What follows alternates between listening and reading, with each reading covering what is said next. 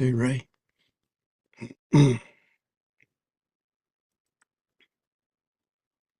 Um, so it's late here in Dallas, Texas, but I'm up and I figured I'll just join in. Right, good Just- stuff.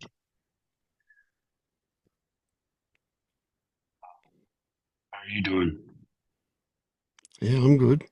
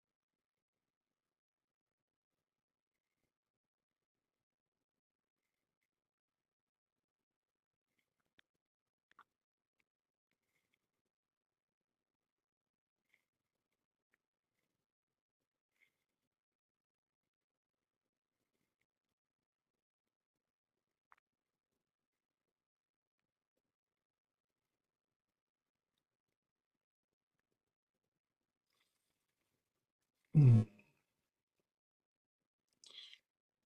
I'm interested, Ramiz, did any changes? Did you experience any changes since the last time we talked? Today, I was planning on sitting for about 3 hours. I usually like the maximum I sit doing nothing was like 2 hours, and I ended up sitting for almost 9 hours now, Wow,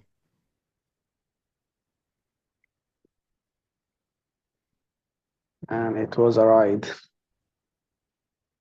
it was a what? It was a ride. A ride. Yes, I can imagine. Yeah. Wow. So how did you cope with the body getting sore, staying in the one position all the time? No, I was moving, but not doing anything, just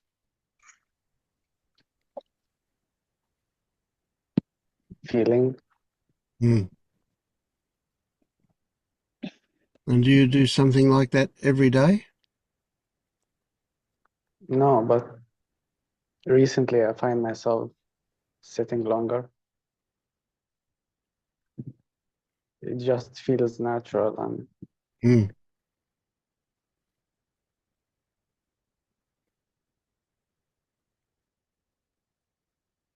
like the body feels like it has a lot to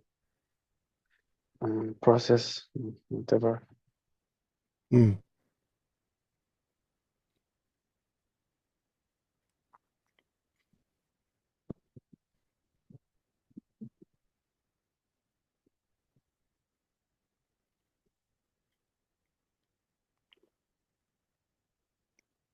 What happens to your mind during that period?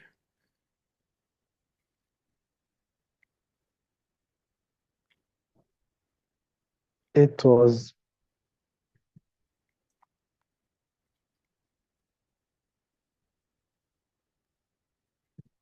agitated, um,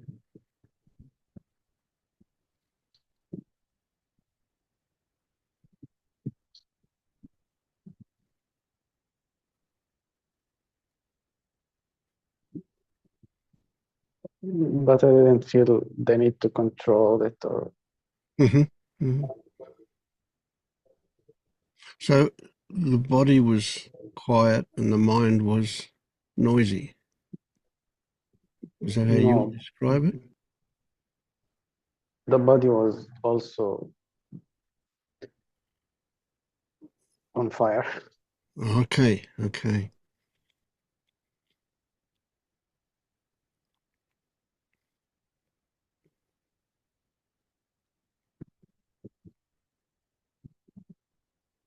The body was on fire at the same time as it felt natural for you to sit.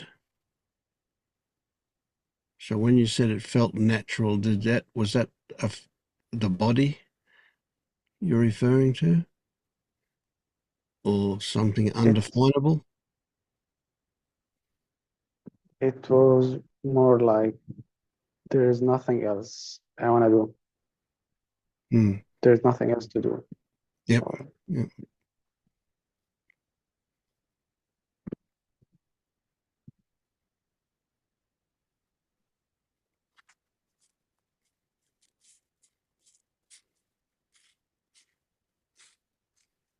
So what were your thoughts about the body being on fire? What was your relationship to that?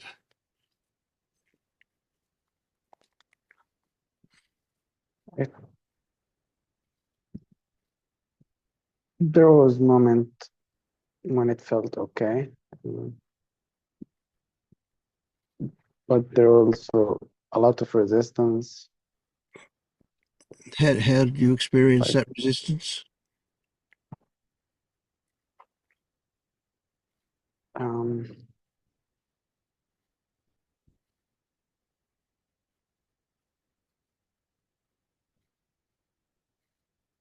like expecting something to change or shift. Or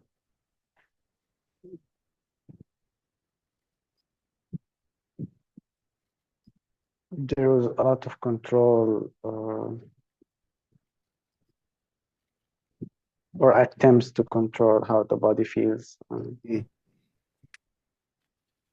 I And did was it stretching, moving. say that again? I was like stretching, moving, Oh, yes. sleeping, Yep. sitting. Um,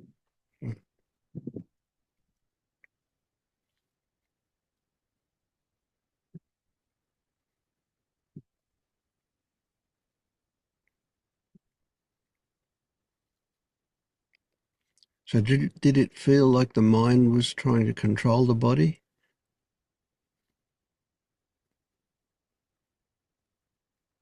yeah, maybe.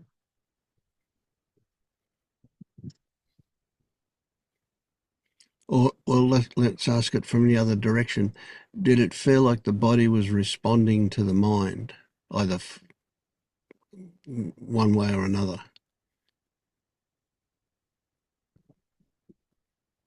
Was the body Yeah, affected it by the was. mind? Yeah.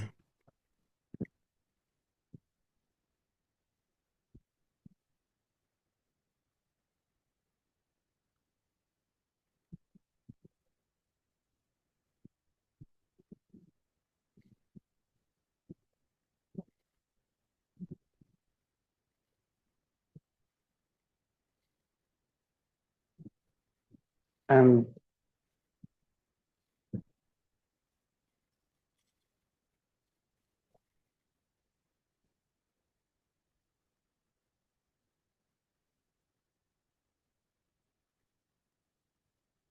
I try to imagine myself as a child and sit with them. And it felt like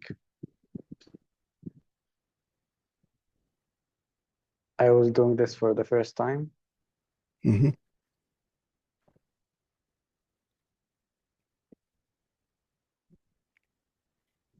And I cried a lot, not as that child,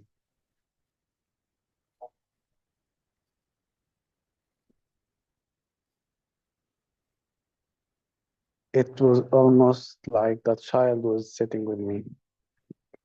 Mm-hmm.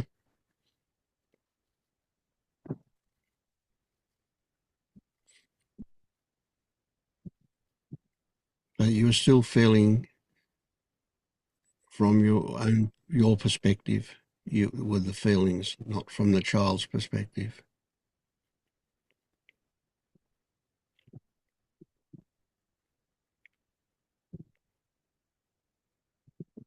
I felt sorry for him. Did he feel sorry for him?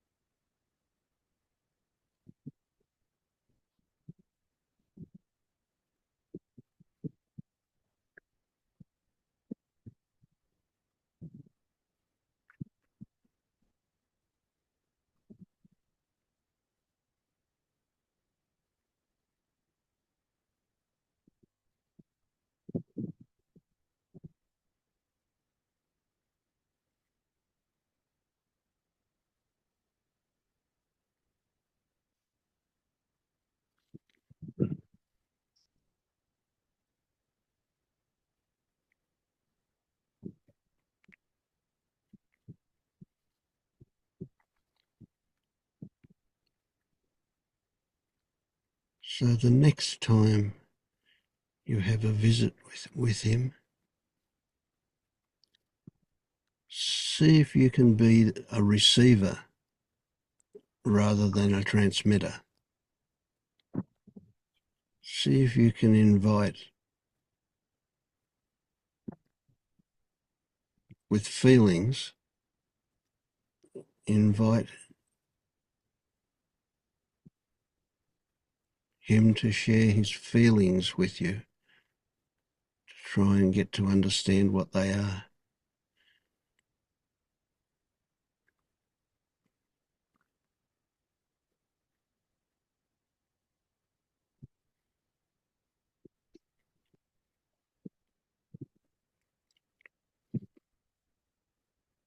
Did you feel sorry for him because of what you knew he was experiencing, or what you thought he might be experiencing?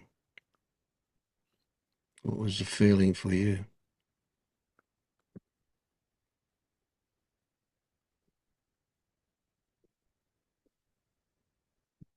He was alone.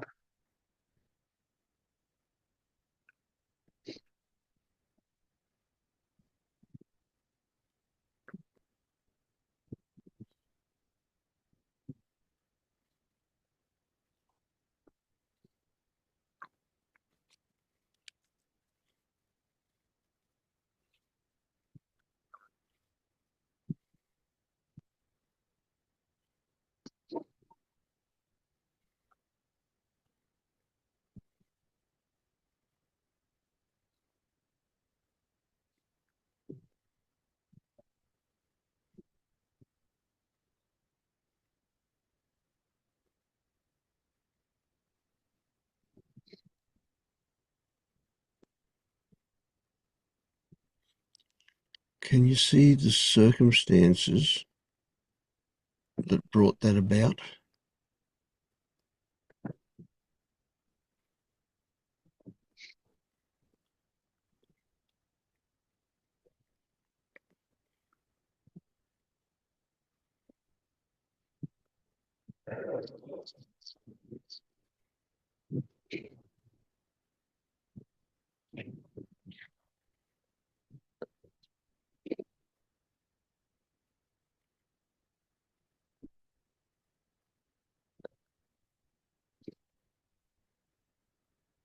It was multiple memories. Mm-hmm.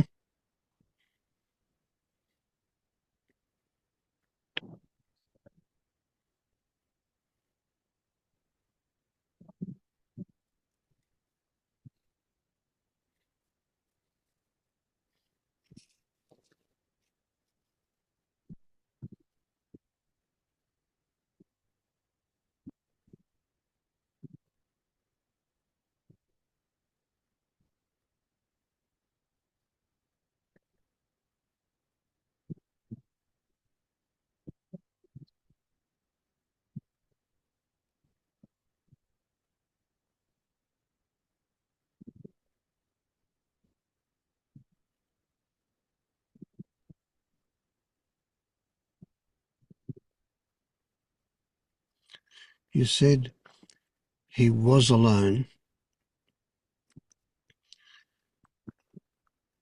and if I offer you he felt alone,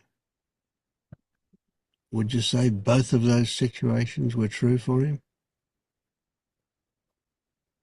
Yeah. Yeah.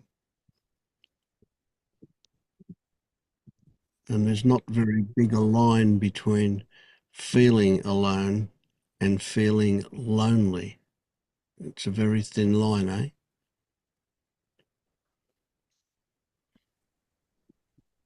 It feels the same. Oh, okay.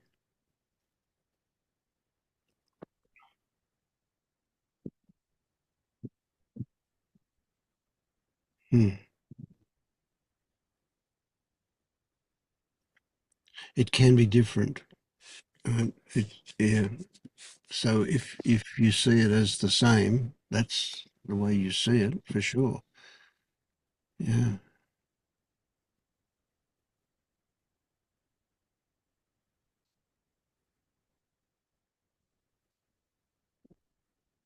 Yeah. Yeah. It's another story, I guess.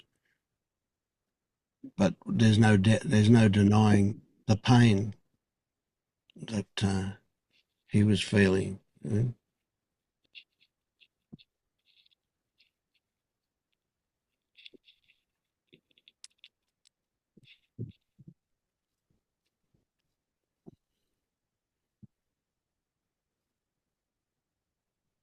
Or more accurately, the suffering.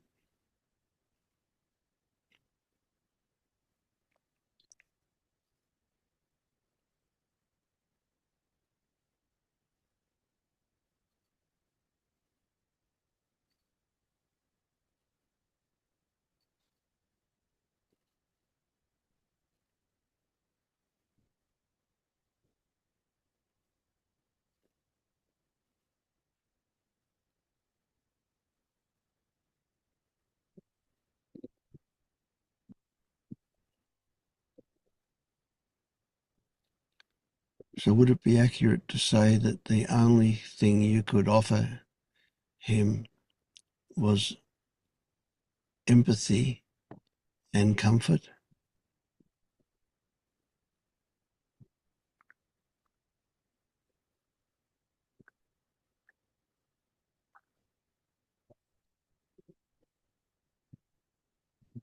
I don't know if I can,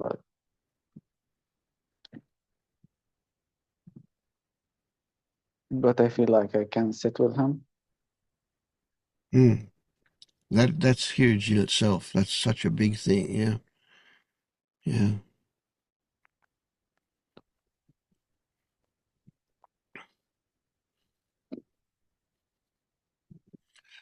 I'll I'll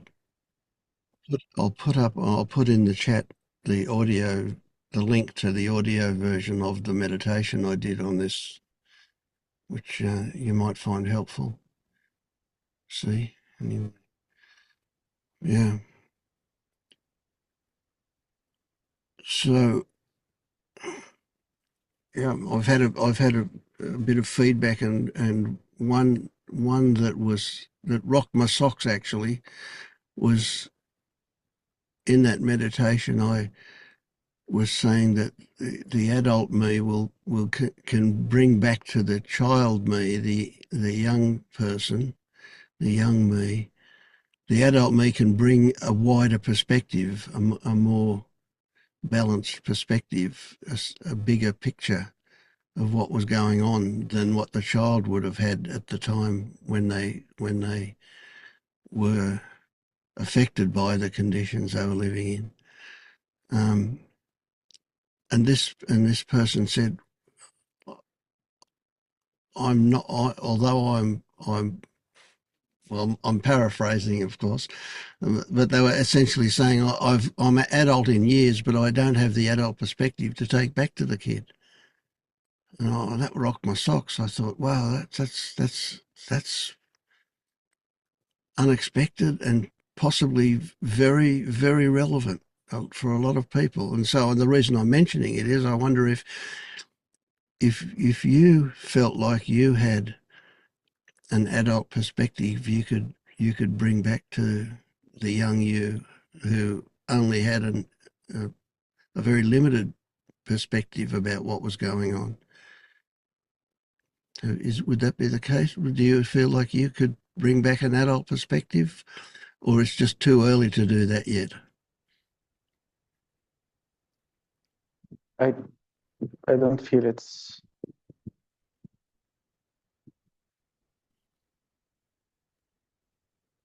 it's relevant. Okay.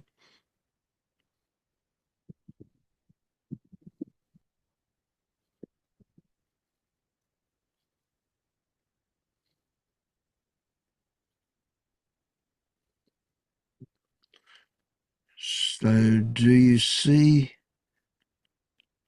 how the situation evolved into the young you being lonely? Can you see the circumstances that set that up?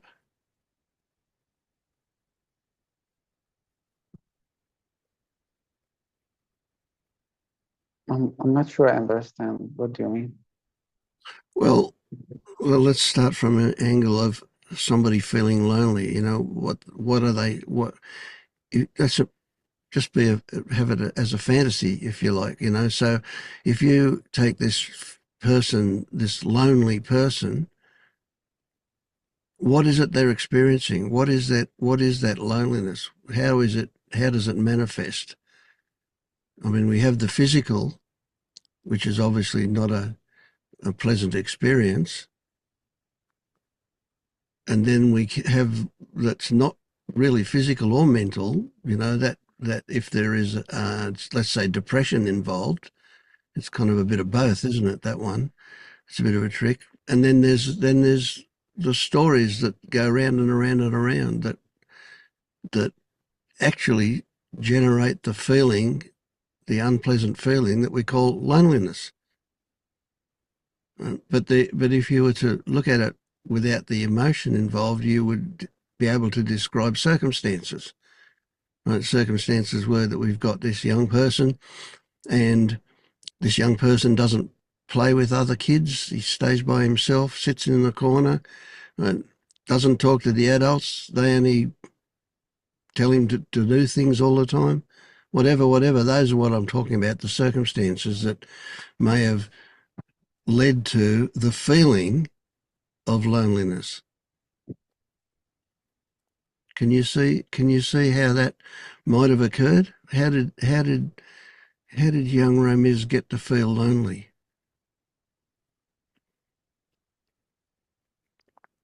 I I can't say for sure.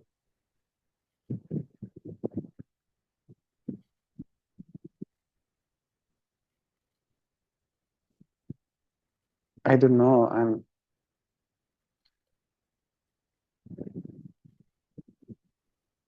It doesn't seem to matter what was the reasons or the circumstances. It does matter though, but I get that you feel it doesn't. It feels like it doesn't matter, and maybe it doesn't. I mean, I'm not saying it does categorically.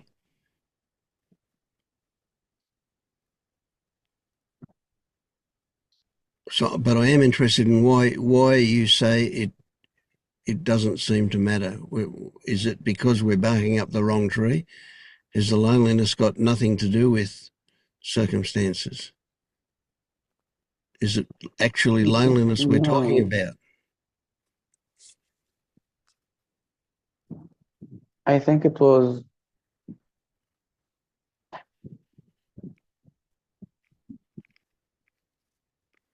there was a lot of factors for whatever happens, Hmm. but I'm not sure why is that relevant. Well, Does the circumstances yeah, okay. So, affect sorry. does the circumstances can it change the feelings? The circumstances, yes, the circumstances that were perceived by the young you are going to be way more limited than the circumstances you can now imagine went on. Or if you were I there, feel as you go on. it's the opposite. I feel like the perspective of me as a child is adding to me. I'm not adding to it. I'm not quite sure what you're saying, but I definitely that. So that the young you is affecting you now, but but but you now are responding to things that the young you felt.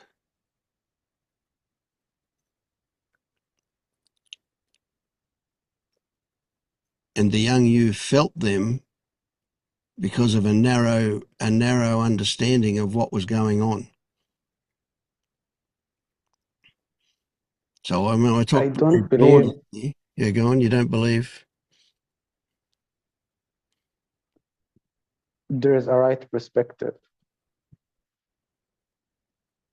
There is just a perspective. And it's like a perspective or a feeling that I have pushed down, not acknowledged, and I'm just reclaiming that perspective. It has nothing to do about changing perspective, it's just seeing from his perspective.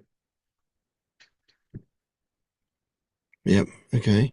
That's valuable for sure. Yeah. Seeing from his perspective is how he is going to feel understood and not lonely.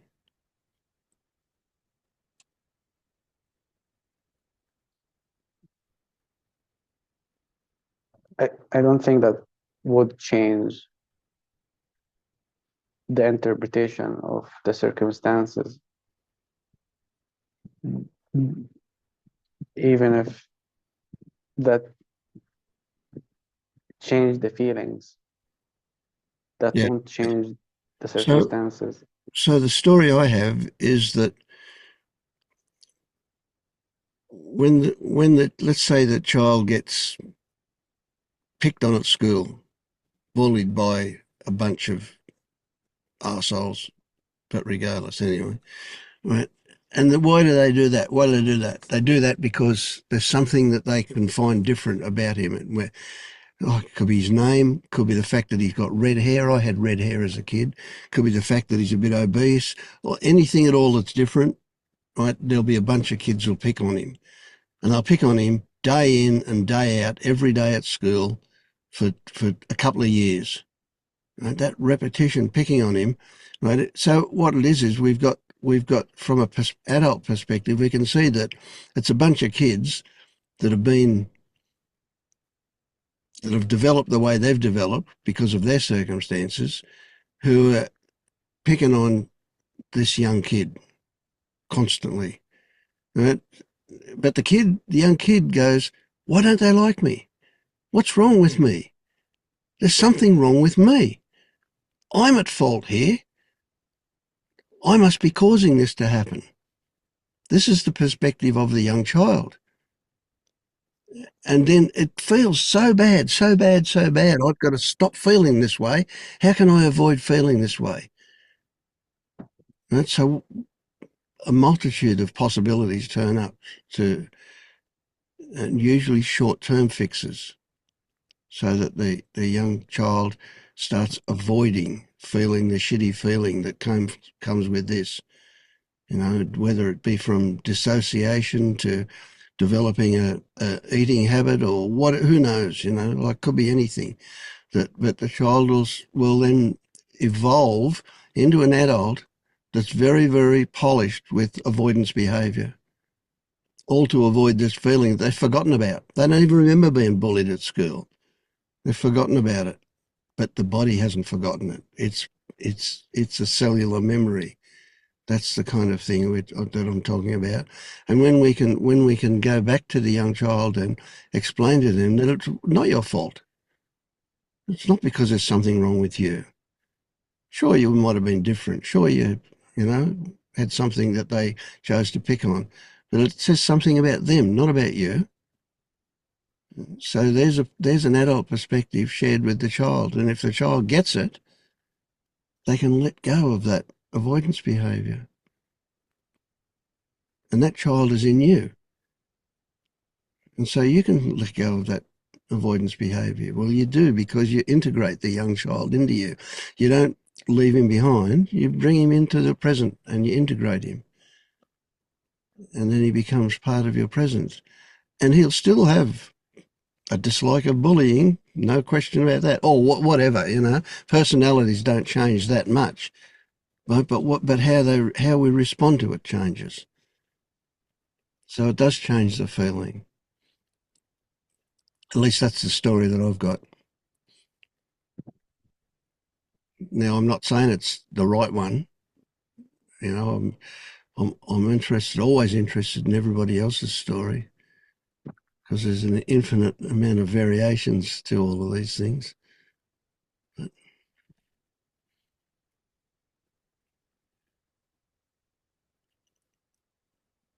kids blame themselves when it goes on and on and on.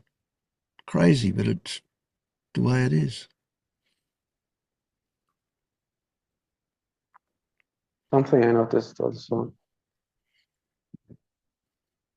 I don't know why, but I find myself not getting what I want, like buying stuff that I like. Mm-hmm. For some reason, I want something, but I don't get it. Yeah. And I wasn't aware of it. And recently, when I noticed this, I just try to do the opposite, like I get myself something that Override I it. wanted as a child. Yeah. Oh, well, that can be fun. Yeah. So did you feel like you were depriving yourself of something? Did you feel better because you didn't allow yourself to get it? Or what was I mean, they're subtle sensations, aren't It's, they? The whole thing is, I find it so interesting. yeah, it was kind of joyful, or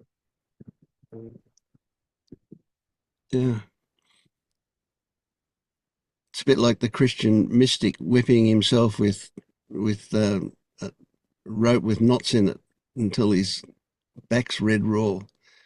Yeah. And he can feel really good about that. Oh, cleansed. Ah, yeah. no, I mean it was joyful when I brought myself what I Oh, want. when you bought it. Oh, okay. Oh, Yeah. good. Good. Yeah. Yeah.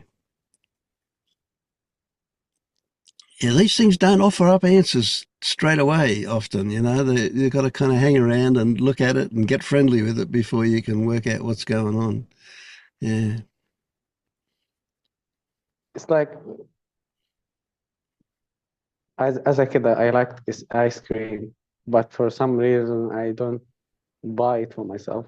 And when I noticed this, I asked myself why, and I can buy it for myself. And when I did, I felt happy. Like it's it's very simple, but noticing it was huge. Mm. I wasn't aware of it. I was why like if somebody asked me why don't you buy this, I probably would come up with whatever reasons.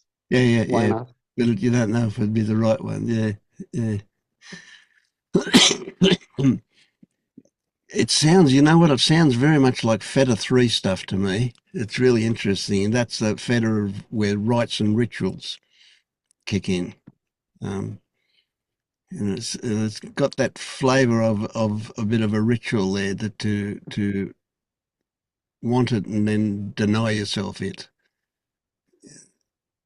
But who knows? It's just a thought. Yeah. I can't understand it. Like it doesn't make any sense.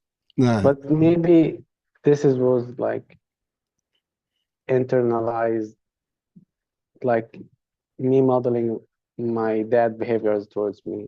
Maybe Yeah. I was asking for things and he said no, and I just start telling myself no. Yeah, you did. Well, that's what we also do as kids. We take over from other people and do it to ourselves. Yeah, yeah. And see, because these things become, let's say, ingrained at an early enough age, we can totally forget about that it actually happened. We just it's not in our conscious mind anymore at all. Yet we still respond to it. Yeah. And you said something earlier too that I wanted to clarify, and I keep needing to repeat this again and again and again. It makes no difference whether it's a memory of an actual event or a created memory. It makes no difference whatsoever. The brain's going to respond to a fantasy in the same way it would respond to the reality of that thing. It just it doesn't matter whether we're imagining it or not. Still respond. Yeah, I felt like going back to the memories that are or the feelings for the child. It felt somewhat not owned by me.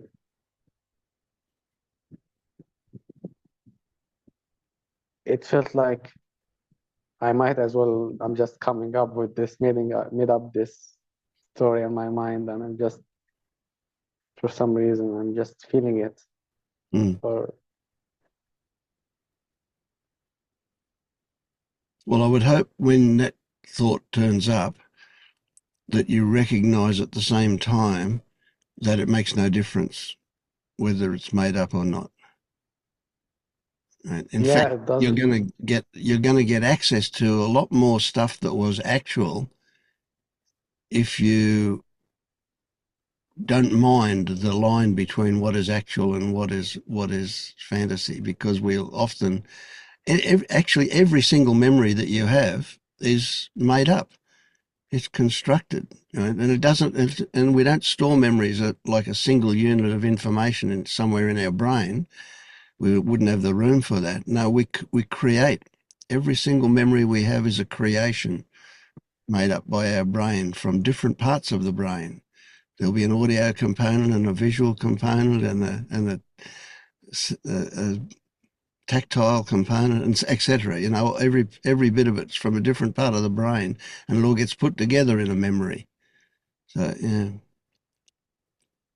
be relaxed about that one. Doesn't matter, real or otherwise, or so-called real. Yeah, it doesn't.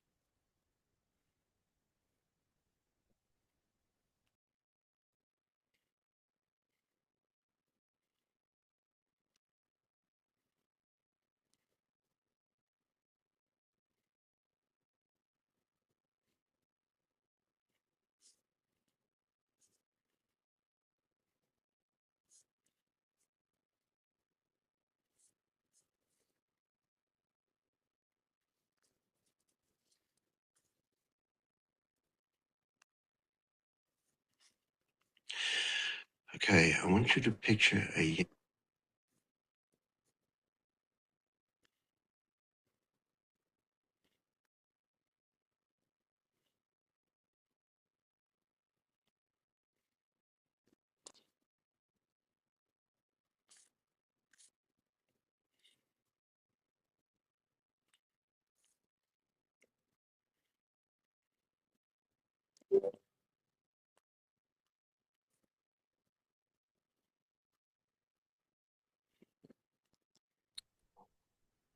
guess I'll go ahead and speak up a little bit. So Okay. I'll just put the audio version of that meditation in the chat. Yeah. So the silence got to you, did it, Ray? yeah, I think so. Well, no, I mean, I think what Rumiz was saying about um, this sensation of like denying yourself things that you want. I mean, I definitely relate to that kind of I do I don't know. It just occurs to me that that was kind of a recurring theme of my childhood, where there are things you want, but the family doesn't have the money for it. And then, now that I'm older, it's still like I'm in that scarcity mindset where it's like, oh, there's this thing that I want, but it's not Yep. worth the money or, something like that. So Yep. Yep. I don't know. I feel like I So it can was relate to that. how the family worked out the importance of it. Yeah. Yeah. I mean, or, there was guilt where, my I think it was like my parents would buy something for me, but then there was a bit of a show about it and like how expensive it was and what have you. It was always mildly I feel like uncomfortable. And so nowadays I definitely have, yeah, there's still some of that where it's like, I don't know.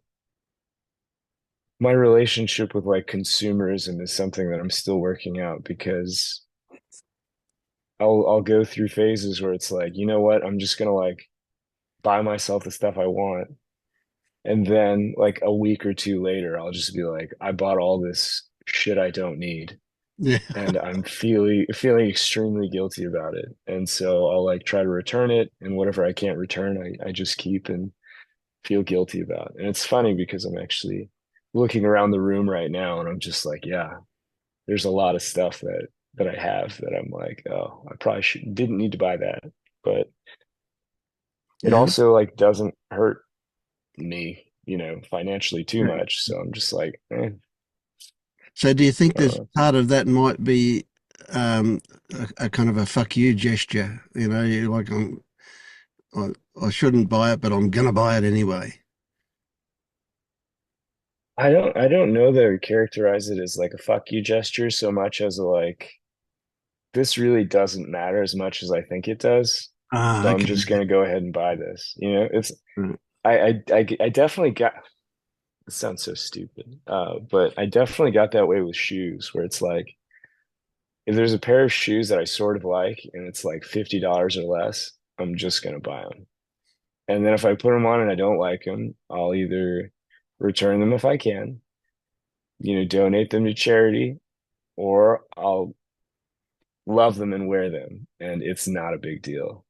Mm. Um, but then again, a couple of days later after I get them, I may feel a deep Yep. sense of regret when I have like three shoe boxes on my doorstep, and my wife is like, "Why Okay. did you do this? You only have 2 feet." And I'm like, "That is factually correct. I only have 2 feet. I don't know why I did this." Um, so Yeah. it's happened less and less, but I still can Yeah. put So, myself in so knots about it. can you get the feeling that this is how can you put it, ingrained behaviour Mhm. that came from somewhere before, even if we don't remember where or what it was about. We can say that, yeah, it came from back then when we were younger. Do you think? I think it's possible, but I also don't. It's funny. Just to echo something that was said earlier, like I'm not sure that it matters, It's like Mm. it's what's here now, right? Yeah, yeah, yeah. And so if it's a result of something from the past, Yeah, I could probably construct enough of a story to be like, well, this is because my parents never bought me what I wanted and I felt powerless and guilty. Or it may just be that as I've gotten older, I've just decided to like buy things and then feel guilty about them, like as some kind of neurosis that developed later. I don't know. Yeah, so have we got a name for this disease where you decide to feel guilty? Huh. I don't think Guiltyosis? so. Because, yeah. Yeah, yeah. It's just the thing that comes up for me. Um, Yeah. Well, you see, and yeah, okay. So again, it's just my story. I'm not saying they're true, but you don't do this stuff. You don't do it. I know you don't do anything by choice, or decisions or any of that kind of stuff. Those things tend to happen anyway as a result of circumstances. Um, yeah, but you certainly don't consciously decide to feel guilty. I mean, that's crazy. Um, yeah, so that guilt is triggered by something, and it's a pattern. We're all Pavlov's dogs, really. There's no way I can offer you your favourite food and you don't start salivating. Well, this is the same kind of thing. We're conditioned to a lot of this stuff, and so it's interesting. When if you to bring up the fetters again, if you look at fetters 4 and 5, desire and aversion, right, and you can see that something happens when you start working on, say, desire. Like that desire to buy that pair of shoes, right? And then if you take that to the lab, so to speak, in the fetter work, and investigate it properly, and you break the fetter, then that desire simply doesn't turn up again. It's not like it comes along and you go, oh, now I'm strong enough to withstand it and I'm not going to do it. There's no fighting it. It just doesn't turn up. And that's because what was behind the desire was a belief that got dissolved.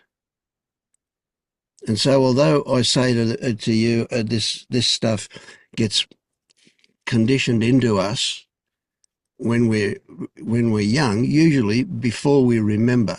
If we go back to when you can remember yourself as the youngest, in more than just one or two instances, you know, you pretty quickly run up against the wall where you go, well, shit, I don't remember much before I was, oh, maybe 7. Do I remember myself a 7-year-old?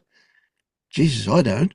But I can remember just instances of me when I was probably that old. I don't know. So we do forget why these things become part of us. And you can talk about habit as a way of keeping them alive. How does habit work? Well, you can start talking about addiction. Maybe you're addicted to this stuff. What does that mean? Addicted's a really weird one, isn't it? That's let's not say it's a thing. It's a disease called addiction. It's a thing. What it is certain triggers having a certain effect.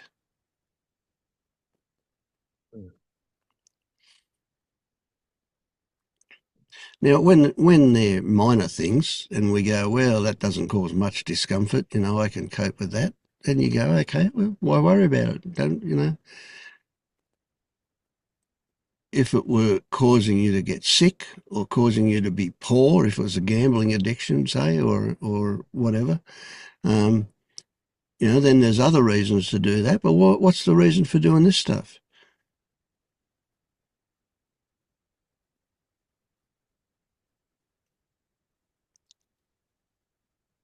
It's a weird question, really. When I think of what's the answer for me, I come up with, I don't know. I have no idea why. But there is this part of me that says let's decondition the conditioned stuff. And so that when I have ice cream, it's because I fancy ice cream, and not that I fancy ice cream because somebody just mentioned the word ice cream, or I saw an ice cream truck go past, or whatever that might have triggered the desire for ice cream. It's the freedom part, I guess, of being awake. That's kind of what it's about. That's the so what answer to your question. But if you're happy to live with it, then live with it. Mm, I mean, I think what you're describing, for me, at least what comes up is like I have an aversion to being manipulated, right? So it's like I don't want to be, you know what I mean? It's Yeah. it's all kind of You're being strange, but it's you're like, being manipulated by something a bit with the shoes and so on, aren't you? Do well, you, so do you feel that? that's an I was going to say that's kind of an interesting one because you know, not to get too specific to myself, but like I would have these periods of going through pretty regular mood swings. It was something on the spectrum of like maybe cyclothymia or like a very mild bipolar, but I would have like these periods of time where, Yep, you yep. know, or I felt like I had energy and to like do things. I was probably mildly impulsive. And then that would be followed by like periods of time where it was, pretty down on myself. Yeah, yeah, yeah, And yeah. that was kind of the cycle where it would happen, where it'd be like, you know what, I'm just going to buy a couple pairs of shoes. And then, when I'm feeling down on myself, and it's not just about shoes, it's like I'm feeling down on like my whole life, but then I have these shoes that I have in front of me, and it's just an easy thing to beat myself up about. Mm, I mm, will say I do that much less lately, which is refreshing, mm. and new. But yeah, I don't know. It's a weird one. But that definitely felt to me like it was like an external circumstance, almost. I mean, I guess in a way you can say everything is an external circumstance. Yeah, yeah, you can. That's kind of interesting, that one. Yeah. So, yeah, so, I mean, this has brought up for me this whole thing about the nature and nurture debate.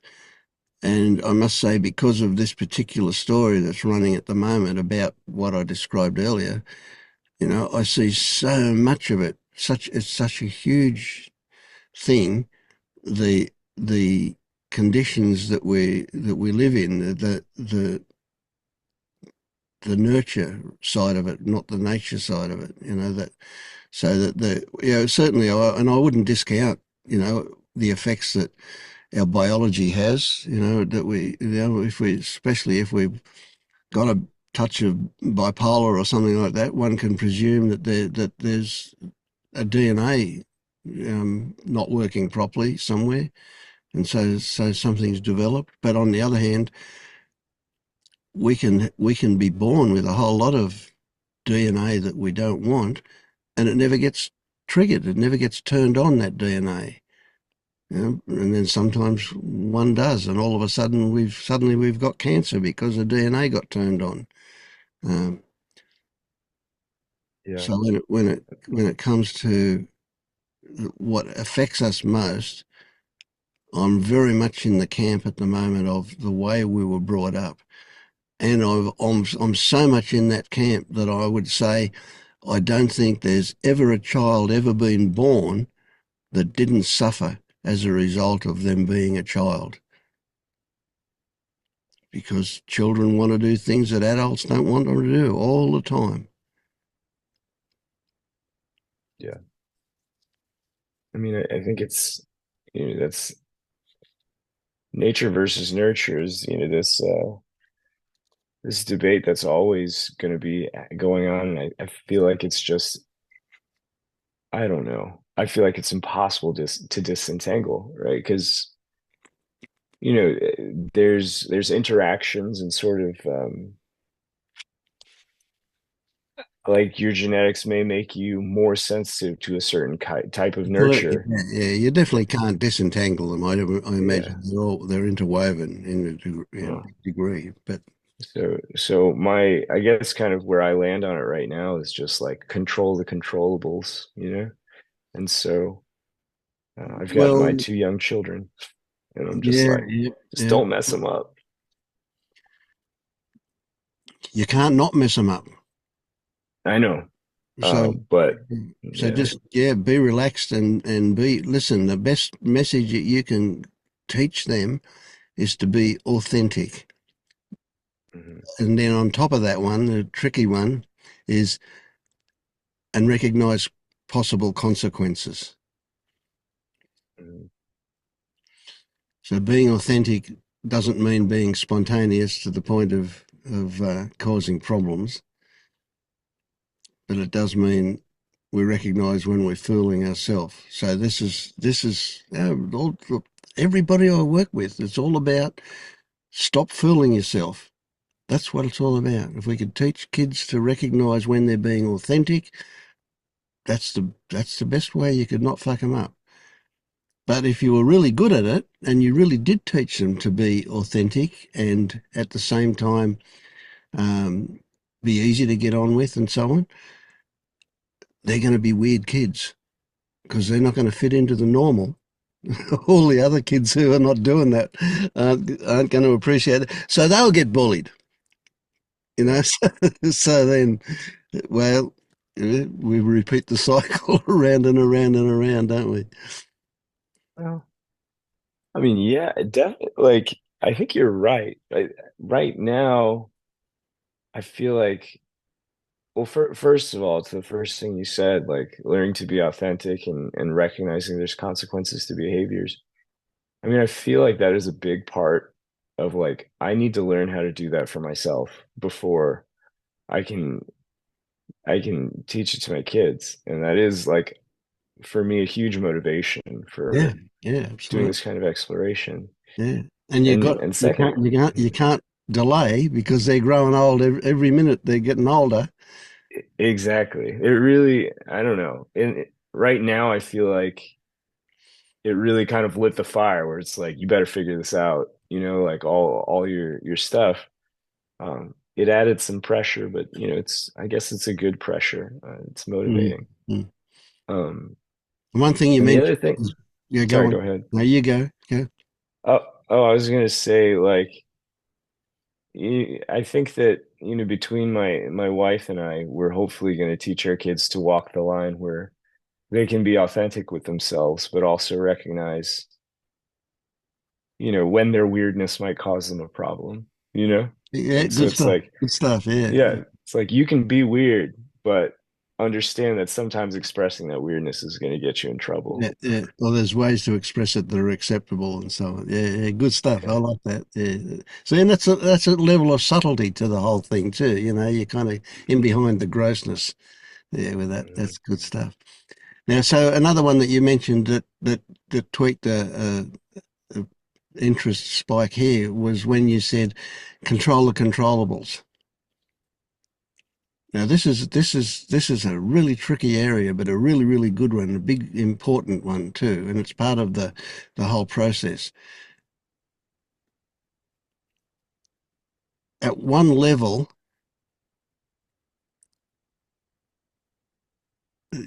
there is no such thing as control. It's just a joke That's and right. an idea, right? But that's at one Mhm. level.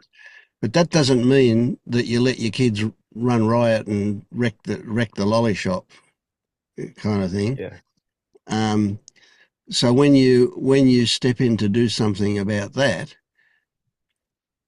you can go. Somebody watching it can describe it as control,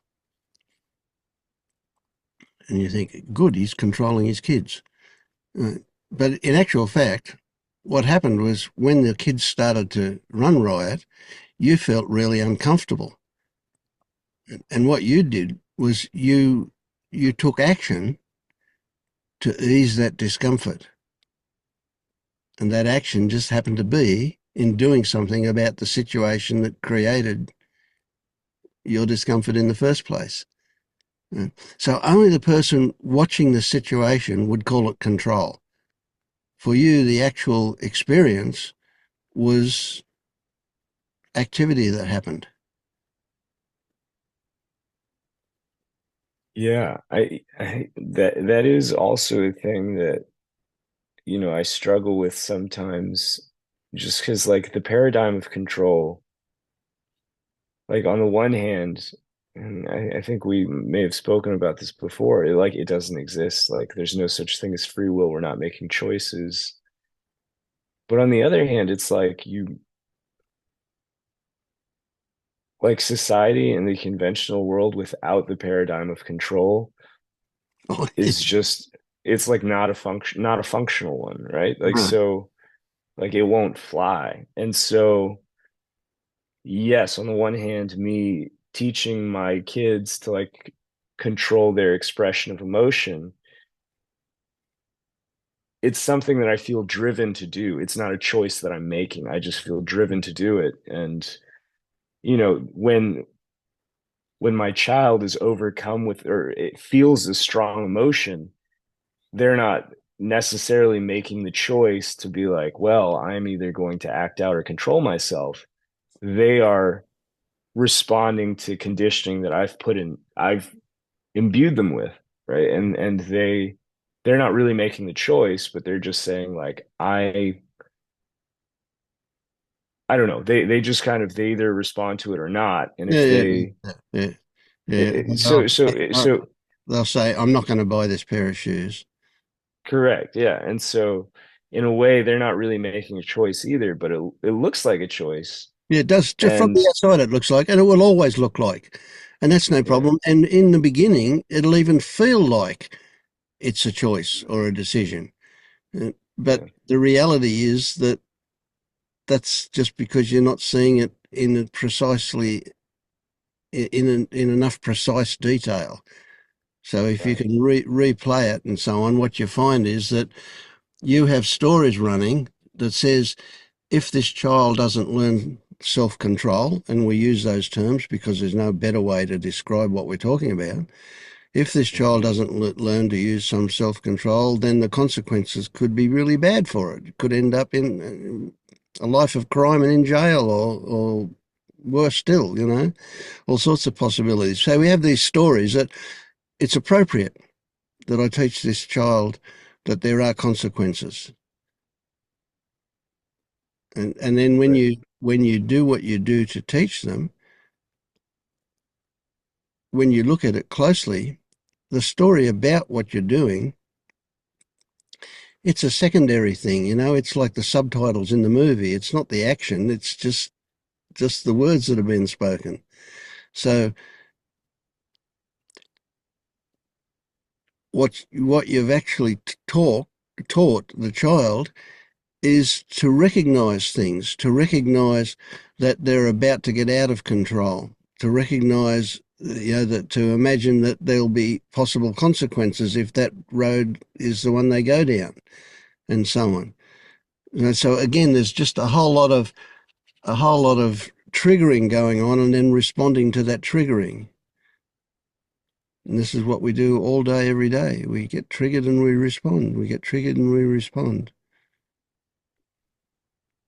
Yeah, it's a story that um it's kind of like a story that we're writing together, but Yep, it's just absolutely. Yeah, yeah, uh yeah. it's interesting though, because that illusion of control is where the guilt comes in, right? So Absolutely. Yes. if I think like, oh, it's under my control whether or not my kid learns to control his emotions or not, and he doesn't or Yeah, doesn't yeah. successfully do it, I'm like, oh, I'm a Perfect. bad Yeah, parent. yeah, Or my kid is like, oh, I've got these emotions and my dad taught me I was supposed to control them. I didn't, and I'm like so guilty. yeah, yeah. And so yeah, you can really get tied in knots if you buy into Yeah. that story too much. And that is, I mean, that's definitely something that I'm sort of working on Yep, as yep. part of the project. So the thing is, notice, and it's just a shortcut for you. This is a way to get quicker to where you're headed. Ignore what the mind says and notice what the body says. That's the shortest road to where you're headed.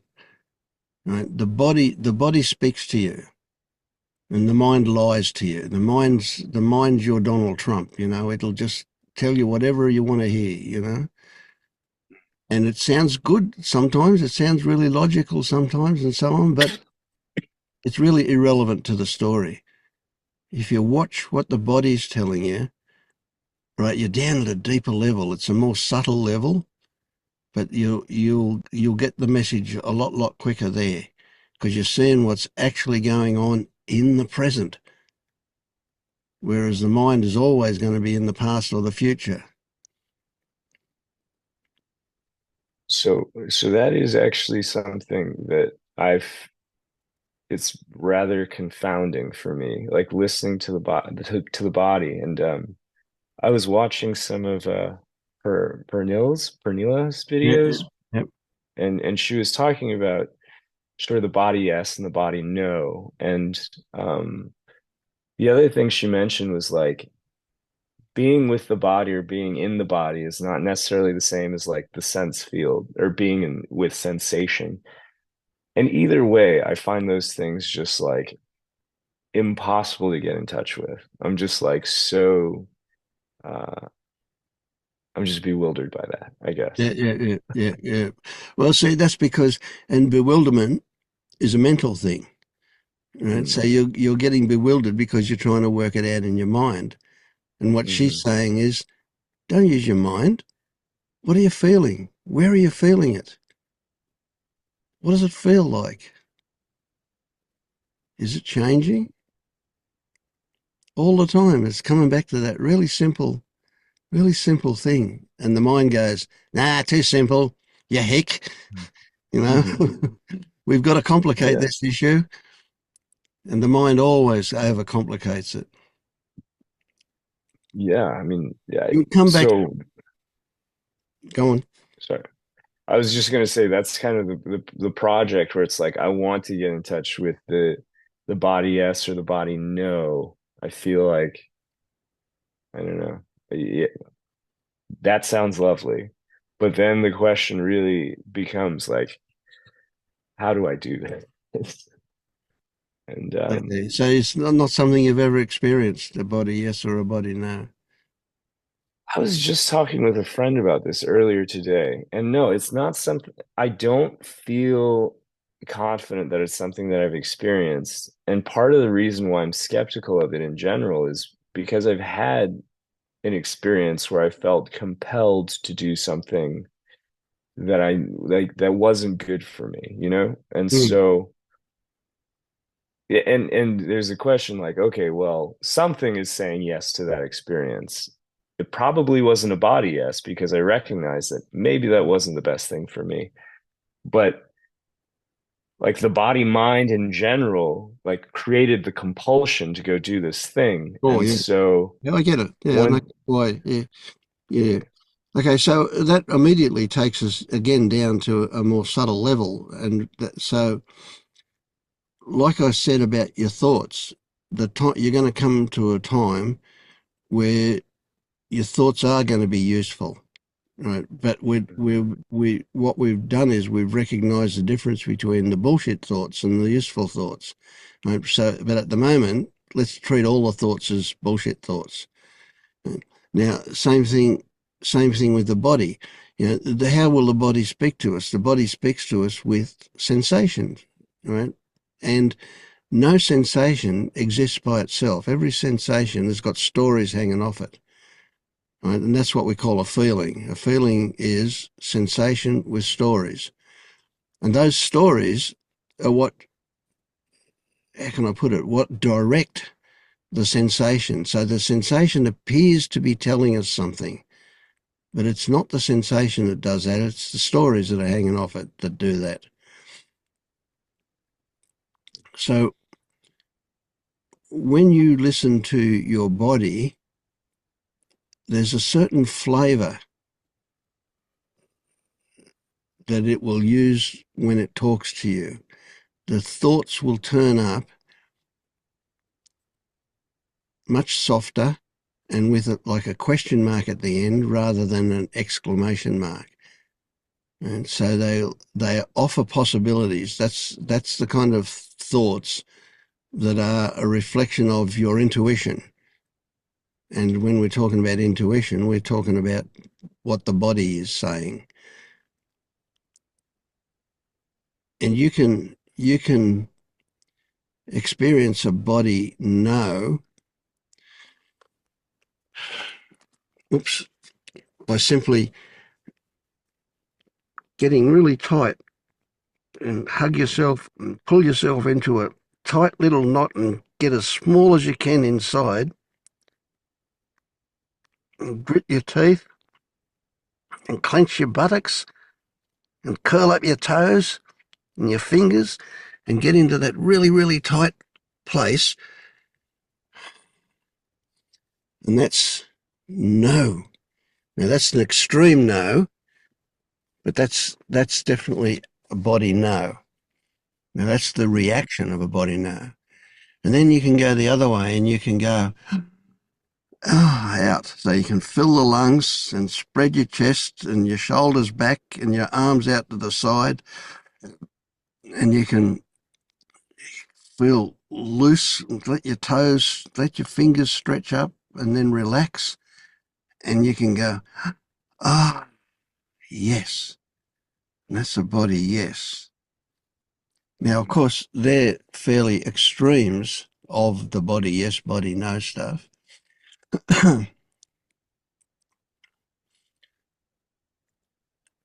Yeah. And when you get, let's say you're talking to somebody, and if you go from being involved in the conversation and what the conversation's about, and you can flip back into a self-awareness at the same time as doing that maybe, and in that self-awareness you find yourself just clenching your stomach muscles, right, or curling your toes or your fists pulling up, right? And this is your body saying, no, no, no, no, get away from this person. You know, this is not what you want. Or if on the other hand you find yourself wanting to get a bit closer and you feel yourself open and your hands are almost wanting to shake hands and you're got this feeling of something good, that's a body yes saying, you know, yeah, this is somebody to know.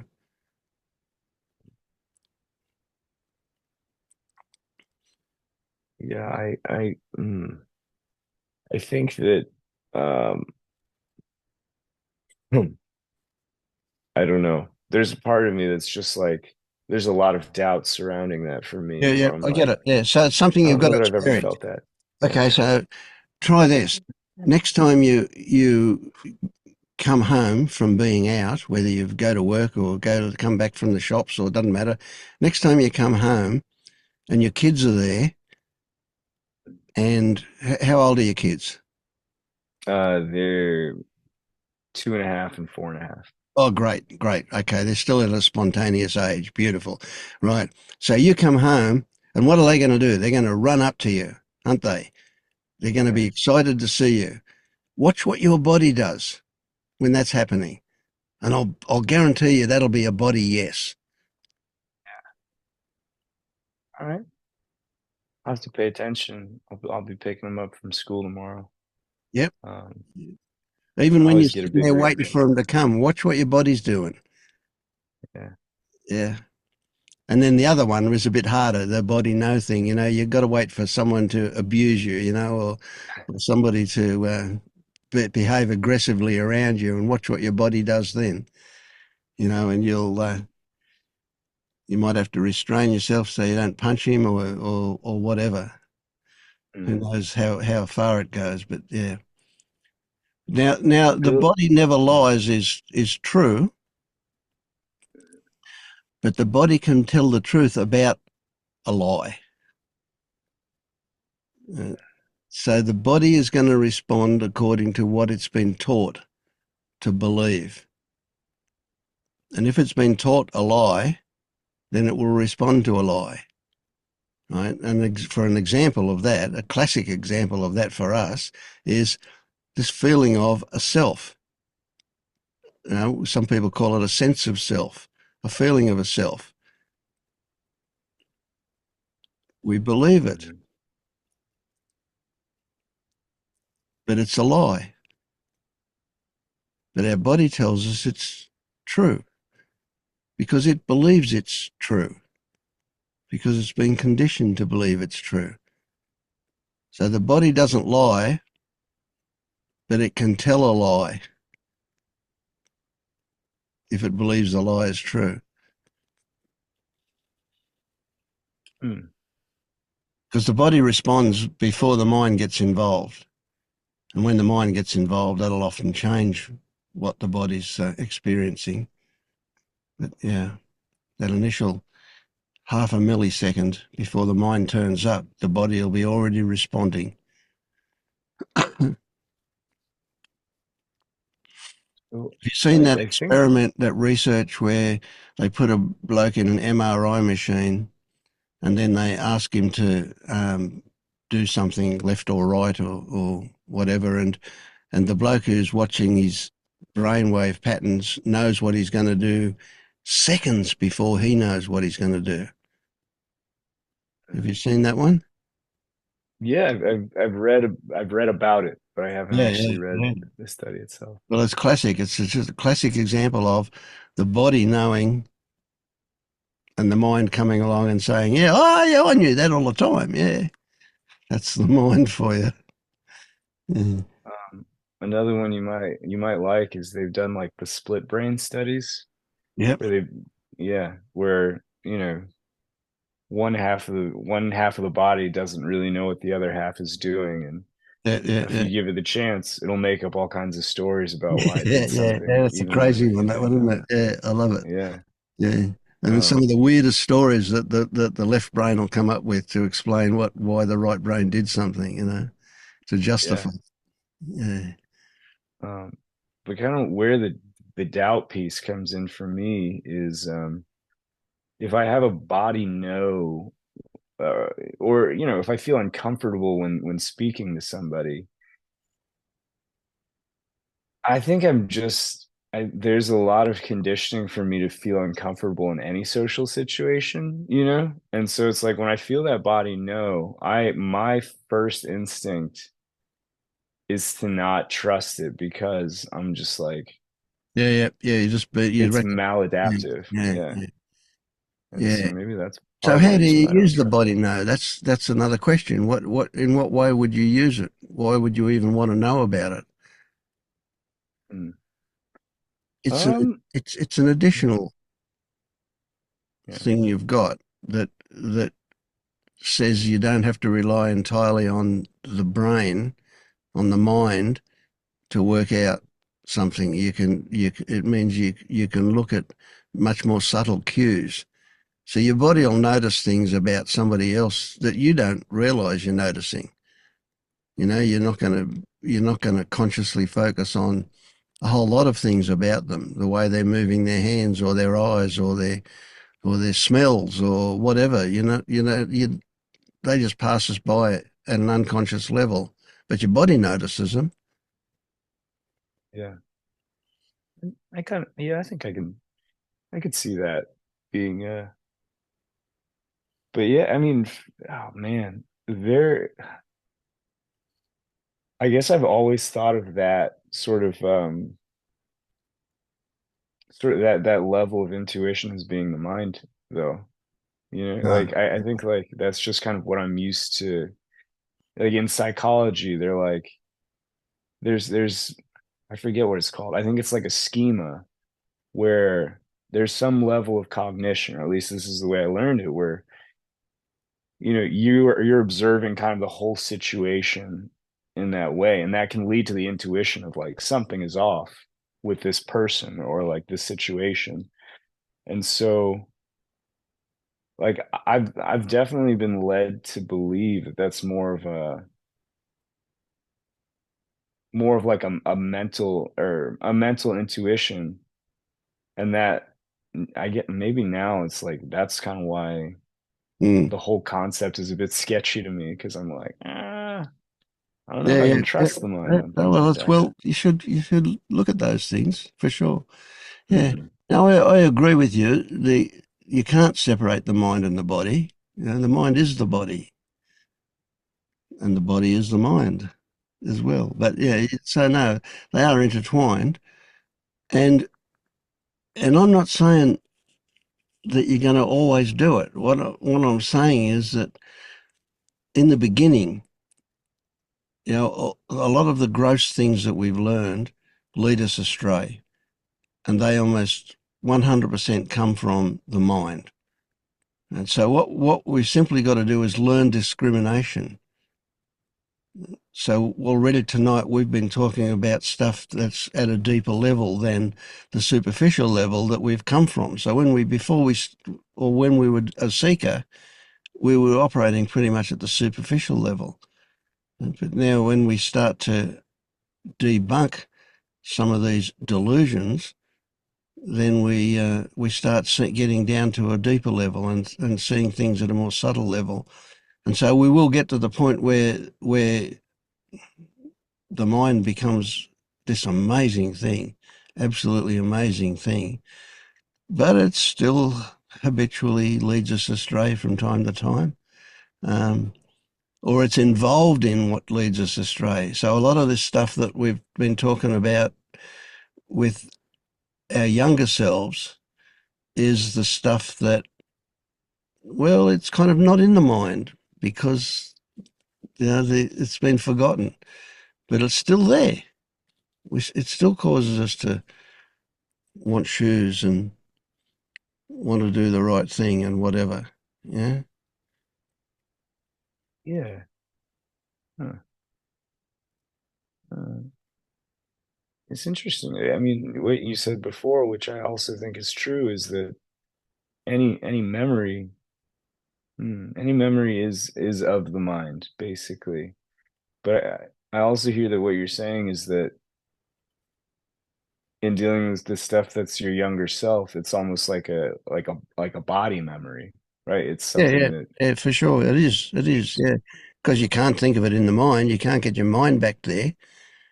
yeah. But there is still, and really interestingly, when you so-called journey back to that, Mm, and you might start off with this vague figure of a young version of yourself that you fantasizing with in this fantasy that you're communicating with, and then all of a sudden in will pop a memory that you haven't had for like your whole life almost. And you think, where the hell did that come from? And it was held somewhere. Now I'm saying body, but I'm saying cellular memory, but I'm not saying, I don't know that that's accurate. But what I'm saying is it's not just purely a mental thing. yeah, None of your memories are purely mental, though. That's just to complicate yeah, things again. Yeah. yeah, yeah. Yeah, it's that division between the mind and the body is a tricky one for me, just like because I feel like I and probably a lot of people who are, in the sciences have just given the brain and the mind like so much credit for everything. Oh, well, that's our whole life. That's our whole education Yeah, system, isn't it? yeah, yeah. Yeah, we And start so, like that. Yeah, and look, and there's no doubt about it that the whole thing is so complex in its integration. It's woven in and out and around itself forever and ever, and there's no way you can separate the mind and the body completely at all. It's just a stage at the beginning, right, to break the old conditioning so that we can start looking at what actually is. Where I say, don't take any notice at all of your mind. At this stage, it's just going to leave you astray. yeah, And once you get that, straight away we'll start putting them back together, but with a different flavour. Yeah. Yeah. No, and I don't know. On some level, I feel like I get that. Where it's like right now I'm way too like the focus on the mind and sort of the thoughts is taking away from my ability to kind of read all the other inputs. And Yep. but I mean, ultimately it's still important to like be able to think and plan and Oh, look, like there's you you'll sort never not. You're not going to give yeah, up any of that. That'll all still be yeah, available. yeah, Uh, what will be different will be a whole lot of stuff. You'll go, well, there's no point going there. That's a bottomless rabbit hole. And so mm, you'll save a lot of energy from where you used to go. But at the same time, no, nobody was ever saying for a moment that it's not relevant. It's definitely mm, involved. yeah. I think there's a quote that the mind is a useful servant but a terrible master, Yeah, that's a good one.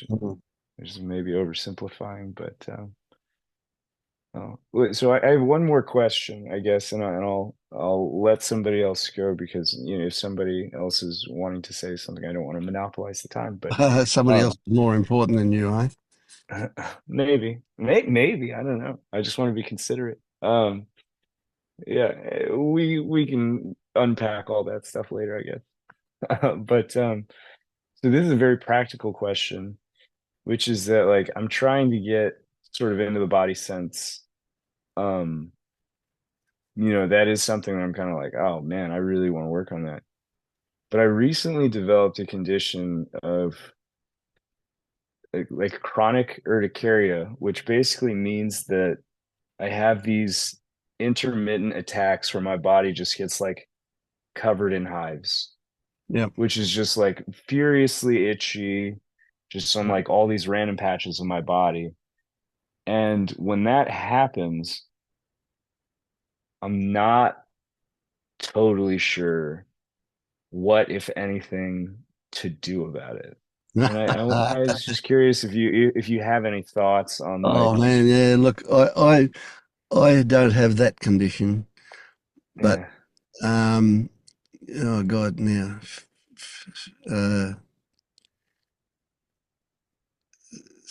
70, 32, 52, 57 years ago, I got discharged from the Navy on the medical grounds with an exogenous dermatitis. mm, Fantastic label.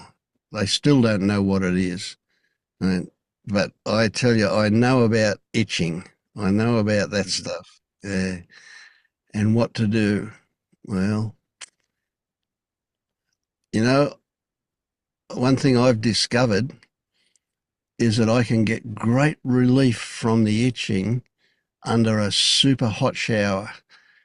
So like, if I have the shower going on parts of my body that have got this itch going, it's a blissful feeling. I get a really lovely feeling from it, and the itch goes, and it's gone for hours, a couple of hours, sometimes for a day, before it comes back. But that same hot water, if I got that on parts of my skin where the itch is not there, it burns me. That's how hot it is. So I found that. Now I'm not saying that, and the dermatologists say don't do that. They come up with bullshit about it'll take the oils out of the skin and all this kind of stuff.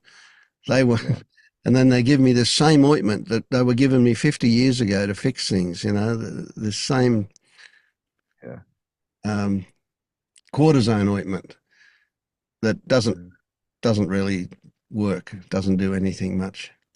It does help if mm, I scratch and I break the skin, it'll help it heal faster. But that's about all. Yeah. So look, all I can say is uh, I know what you're going through with that itch. I know what an itch is. I mean, there are times when I would easily grab a wire brush and take the skin off in order to stop the itch, and I'd be quite happy for there to be just a scab on meat for as long as it took to heal. So I know about the intensity of that itch and all of that stuff. Thank God for hot water because it doesn't do any lasting damage to the skin like scratching it does. Yeah, and it takes the itch out. I think what it does is it overloads the senses, and that's so that if the itch is still there, it's just not noticeable because of whatever. So yeah. Anyway, that's just a thought for you. Maybe it's helpful, maybe not. Yeah. It's interesting. I've tried to use it as like something of a focusing tool during meditation, where it's like, trying to focus on the sensations, and I Yeah. just have like Yeah. all of these uncomfortable sensations to focus on. And It's a good then, one. It is. It's good to do it like that, and it's good to see it as something that's there to teach you something. yeah. But as I say, all these years later, I still don't know what my dermatitis is trying to teach me.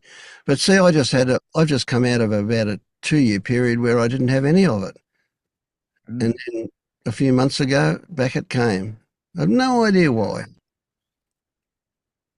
Yeah, there's not really a great reason for it. It could be caused by like anything, at least, what Yeah, I have, which is, but they're like stress can cause it. I'm like, yeah, okay, absolutely. that's Yeah, that's yeah, fine. yeah. Um, Yeah, I think but they then might it's call it funny. an autoimmune disease, and so consequently, stress is certainly going to be something that sets it off. Yeah. Yeah. And so I try to focus on it in meditation. I usually end up just itching it, and then I use it as a impetus for self-forgiveness. Mm. I've just gone nuts like itching. Yeah, yeah. But You get it. I don't know. Sure, yeah. It's a silly it's a silly thing. But yeah, Yeah. I And don't know. accepting that you may never work out what it's about, but still, how do you develop a relationship with it it's not the enemy, it's actually a friend trying to tell you something and you're just too dumb to get the message. Mm, yeah. It's reasonably new. I think for me it's just been in the past maybe 6 months it started up. Okay, yeah, good. All right, Uh, that's better but then. Yeah. but I don't know. It's been hanging around and it gets pretty gnarly. And so Yeah. I don't know. It's just yeah, a silly thing to bring up, I feel like, but I'm working Yeah, it out. no worries. Look, nothing's not involved. Everything's involved. Yeah, Yeah. good Yeah, I one. mean, and the other thing I was gonna say is that's the reason why I'm up right now, because it's like 1 a.m. in Dallas. And so it helped me be here at this group, which I'm enjoying greatly. So Great. maybe Good it's stuff. helping me out that way. Hmm. Thank you, Yeah. Ray. Oh yeah. Yeah.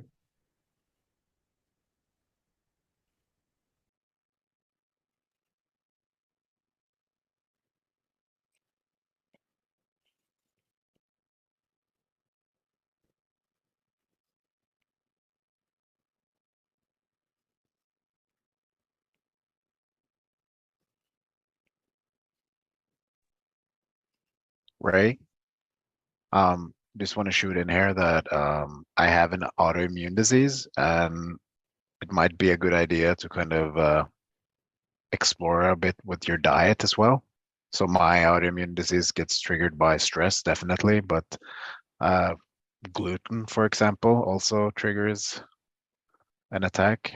So just try to eliminate, um, maybe go on an elimination diet and explore, like remove basically almost everything, and then you reintroduce one and one um, thing back into your diet, and then you'll kind of figure out maybe if you react to them as well.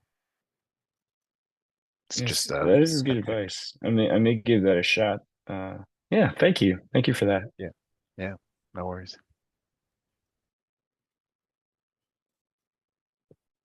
Yeah, it's great that these groups can bring a whole lot of different perspectives to things. That's good. So, have you been, Marius? Good.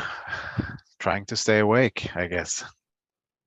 Um, it was interesting listening to you guys talk about the body yes, body no, and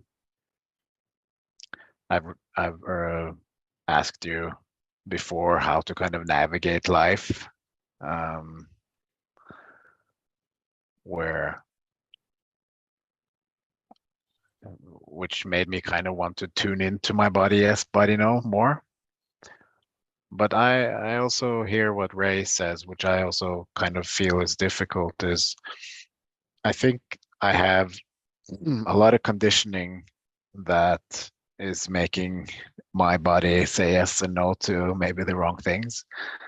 For example, I've become pretty introverted these last few years, and so in situations where I probably, or my mind says I should probably get out more and do stuff that feels uncomfortable.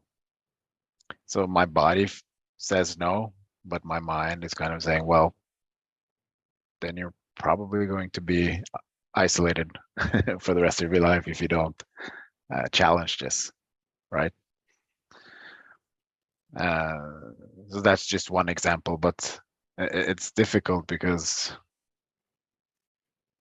yeah, I feel like my body is telling a lot of lies. Yeah. Yeah. Well,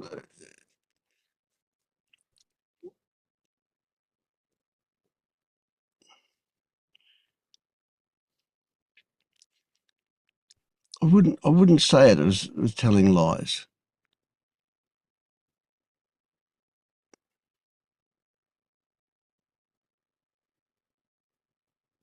When I said before that it's going to tell you authentically what it believes to be the case,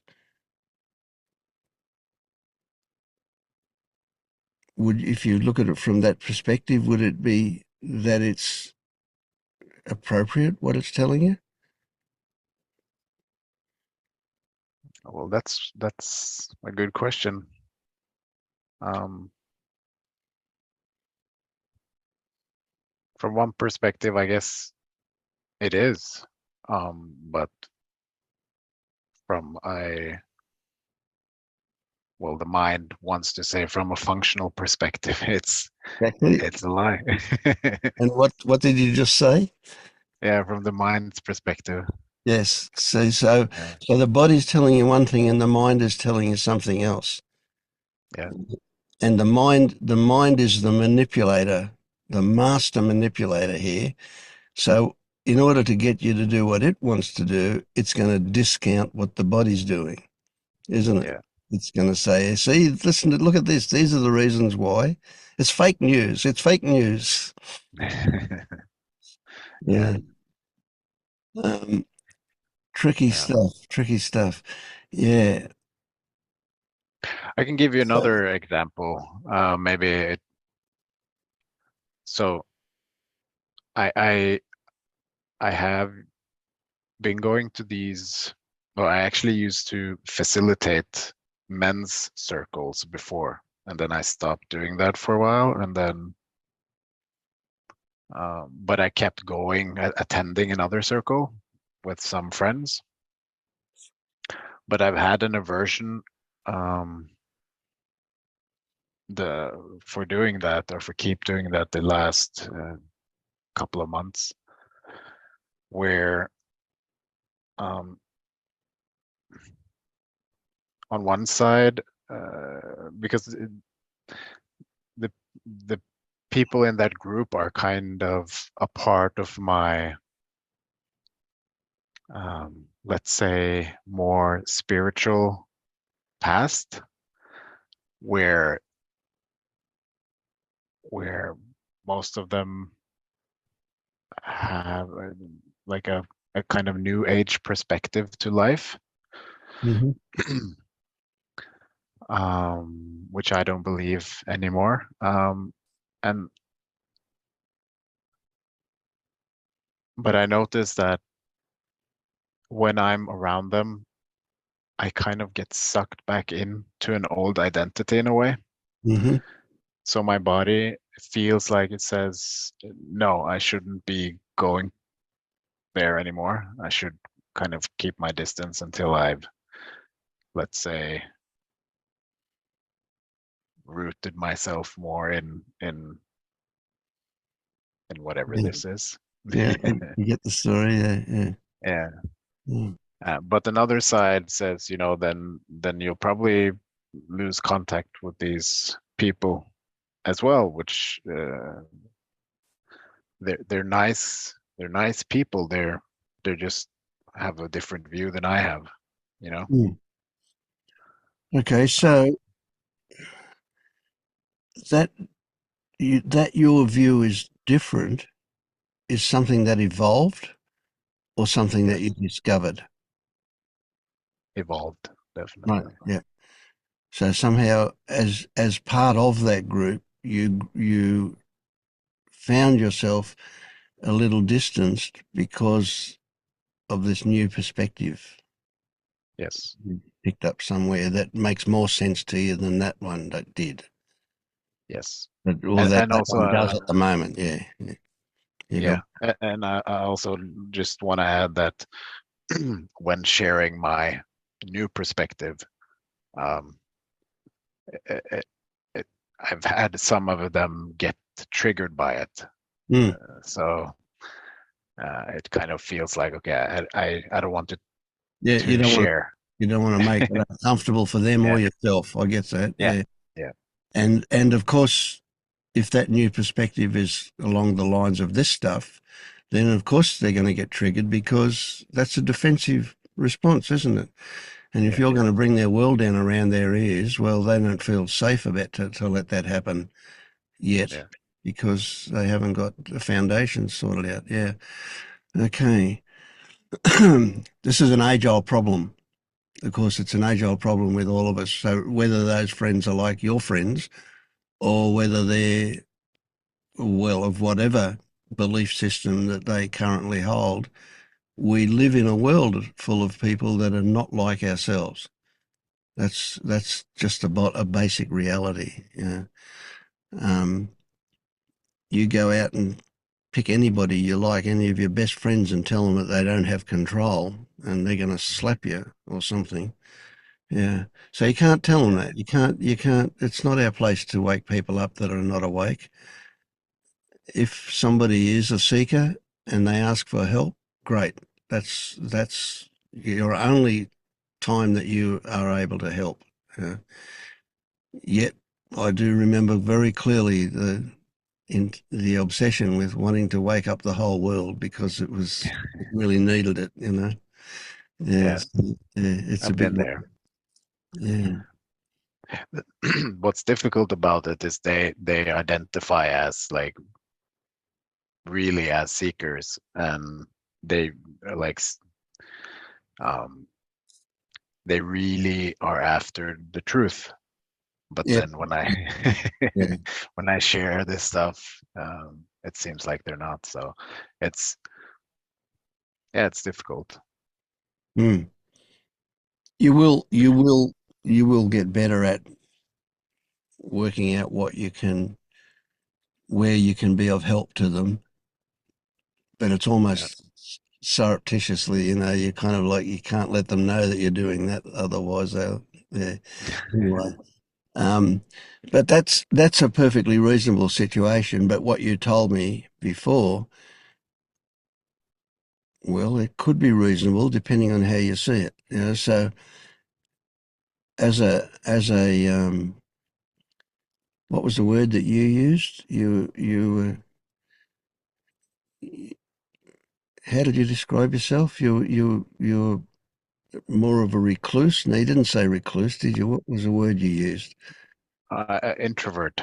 Introvert, right? Okay, got it. Yeah, Yeah, yeah. Okay. And as soon as you said that, I went, "Yeah, I know what you're talking about." Yeah, I'm the same.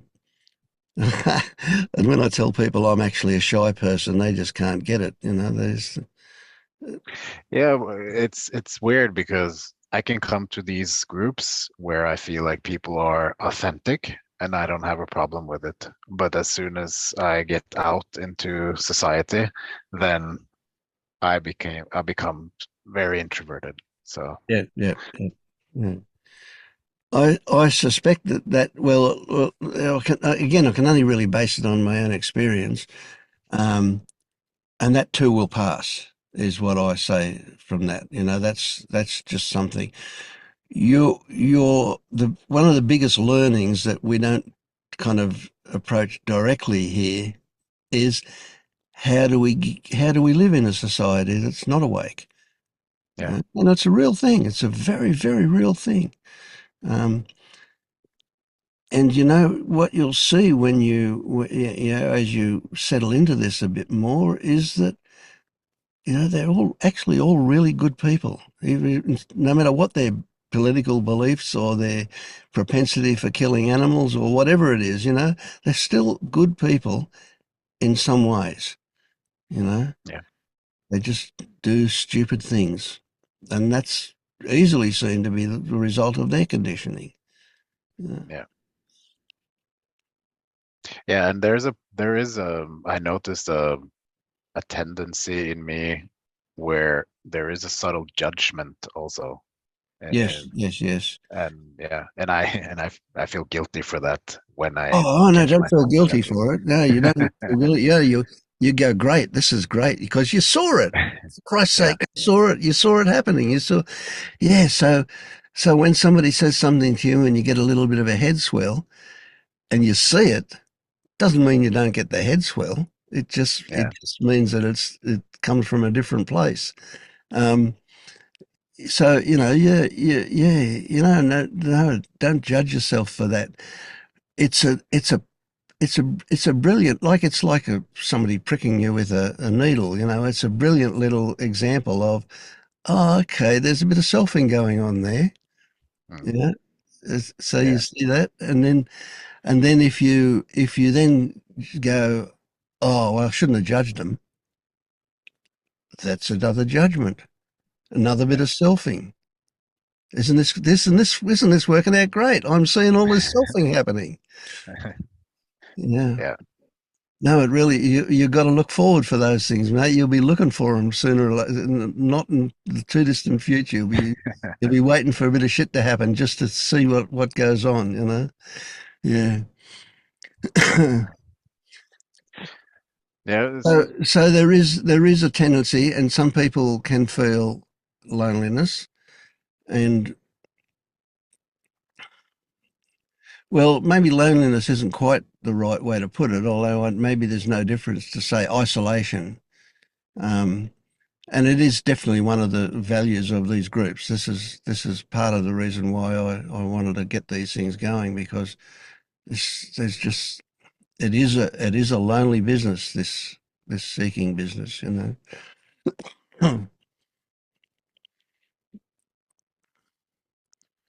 Yeah, there's a sense of like, because yeah, I agree with you that it doesn't really feel like loneliness.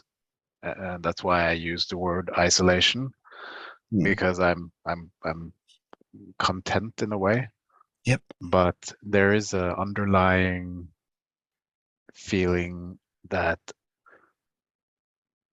and I guess this is conditioning, that I I, sh I should be out living. Yeah. Yeah. You Now know what I you mean? said there's an underlying feeling, but that Yeah, wasn't a feeling. That was yeah, just a story. Yeah. yeah. Well, it is a feeling with a story. So there Oh. is a feeling, uncomfortable feeling there. Yeah, and it comes from not that story that you should do it, but from the Mm. story that says if you don't do it, things are going to Yeah. happen. Yeah, Yeah. yeah. And then for me, I mean, I'm just making this up as I go along, but then for me would come this recognition that um, it just is the way it is. There is this. Yeah. There is this is what's going on. That's it. Yeah. It's kind of a reminder to accept Yeah. just whatever turns up. There can't be anything wrong. and another way to look at that is to, I make these broad general statements, is to say anything that we might describe as wrong has come from wrong thinking. Yeah. It's the same type of energy under like I've shared before. I've been on sick leave for the last 10 or 11 months, and I'm probably not going to be able to go back to the type of work that I have been, that kind of made me have the burnout. And so I've obviously, the mind is trying to figure out, okay, then what where to go next, right? But there's such a lack of interest in anything anymore. Everything feels meaningless in a way. Yep. And so there's also, with lack of interest, there's also a lack of motivation. Sure. Yep. Now, none of that is wrong, right? So Yeah, so this is what I'm saying. Like that yeah, that kind of feels wrong. But what yes, you're saying I is get that. that, Yeah. yeah, yeah, Yeah, yeah, but what's going on? We can say, well, I don't know. We don't really know what's going on. But what I guarantee you is going on is a lot of healing. yeah, And that yeah. takes I a can lot of feel that. energy. A lot of energy goes into healing. Yeah, and especially if you feel like you need to sleep a lot, that's another indication that you got stuff going on. Mm. That one Yeah, did. that kind of passed. There was a period where I needed to sleep a lot, but not now. Yeah. And the other thing to think of is, so when you think of that burnout situation, just thinking about it, I presume, gets the body no going. Yeah, Yeah. Now, then the mind will come in and go, well, the logical conclusion is that you can never go back to that stuff because you're just going to get burnt out again. yeah, Right? Not, that's just the mind bullshit. yeah, No, it may be accurate, it may not be, but it's not because of anything inherent in itself in the mind. It it's there's a damn good chance that by the time you recover from that, you will have learned enough to not get burned out again. But on the other hand, you will very likely, very, very likely also have learned enough to go, I don't need to be in that situation. yeah. That's where I'm That's just a finding crazy myself. choice. Yeah. Yeah, Yeah. yeah, because it's very like a mind-based job. So I'm constantly having to stay in the mind, it feels like. Well, it kind of, I probably don't, but Yeah. Yeah. that's how That's how it you did it before. Yeah. yeah. So I feel like that is something I don't want to do anymore. Like I don't Mm. want to perform only based on my mind. Oh, Yeah. there's definitely great satisfaction in doing physical stuff as well. Yeah. Yeah. And what will happen too is this thing called serendipity. You will discover that as you relax, things will pop up, that opportunities that you never even dreamed of. Yeah. Yeah. And they were probably always there, but you just didn't see them before because your perspective was a bit narrower than what it will be. Mm. Yeah. Yeah. I trust that it will work itself out. It's just this is where the mind finds its hooks lately. Mm. Yep, yep. And it's good at that. It'll go through every hook available until eventually there's none left, and then it will settle down. Yeah. And there's one other thing actually, regarding that group, and even not only that group, but so uh, uh, regarding authority.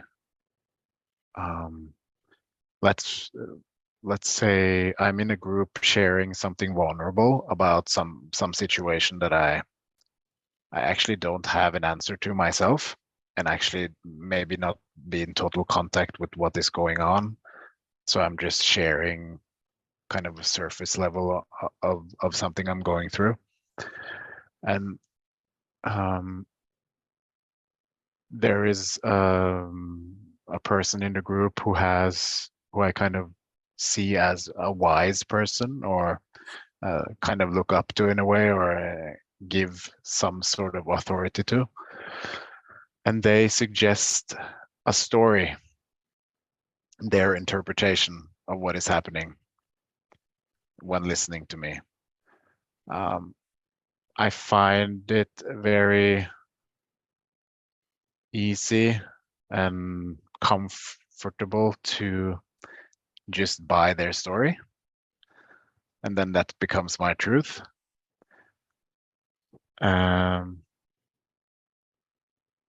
You can only tell this story because you've seen it happening. Yeah. So now I want to say again, you've seen it happening, that part. Yeah. What do you mean by that? Just so You've I'm seen it clear. happening. You've seen it happening is a much bigger thing than you might imagine. Yeah. Right? You saw that process happening. Oh, okay. That's what you mean. Yeah. Yes. So Yeah. seeing that Yeah. changes your connection to it. Yeah. That's a big thing. Yeah. Yeah. I wasn't meaning to interrupt your flow though. Sorry. No, that's fine. That's a good point. Um, so I find myself, when somebody offers an interpretation, I remember Ray mentioned that he has an aversion from a manipulation in some way, Mm. and so that kicks in me as well. So I've been kind of aware that I've before too easily have kind of adopted or subscribed to other people's interpretation of what's going on, and then I've just, okay, then that's what's going on, and I've kind of bought into that.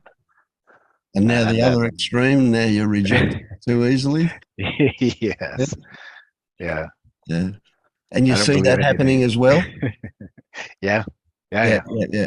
So that's it. You know, that'll sort itself really quickly just yeah, because you can okay, see it happening. Yeah. yeah, And it's not a matter of is there a right way or it should be different to that or anything like that. It's just a case of seeing it happening. yeah, And seeing it in a non-judgmental way is really the friendlier you are with these things, the more ready they are to change. Yeah, yeah, okay, because they're not defensive. You're not provoking them into a defensive situation. Yeah. So, see, authority is, and you can see it. I mean, and this is a bit of a trick that I tend to do a lot. Is somebody says something, and you, especially if you say it yourself or you're thinking it yourself, grab a dominant word in the sentence and just look at, well, what does that mean? And all of a sudden, you're into a whole different realm of looking at what's going on. You know? So, yeah, authority is the word here, right? Authority, and then my mind immediately wants to break the word down into something like authority. You know, okay, well that doesn't really work. So what do we got here? We've got authority. Now, if I give somebody authority, or if I believe they have authority, that's really weird, isn't it? That's a noun, but nobody's ever going to find this thing called authority anywhere. No surgeon's going to turn it up, are they? What is this thing called authority that I have or I give? That doesn't make any sense. Okay, so what is it? What is it in the real world? If somebody has authority, that means I'm obedient. Does it mean obedience? Does that mean I am more easily persuaded? What is what's actually happening? If they've got authority, if I've got authority, what's going on? Oh, I expect people to do what I say. Is that authority? You see, can you get the mental processes that go on here that want to break down that one single word, and all of a sudden I'm going, what is this thing I was talking about? Mm.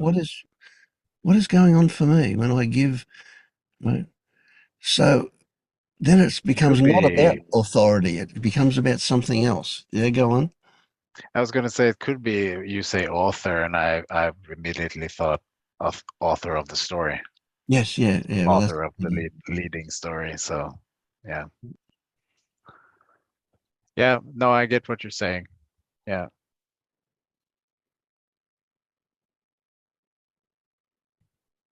so Yeah.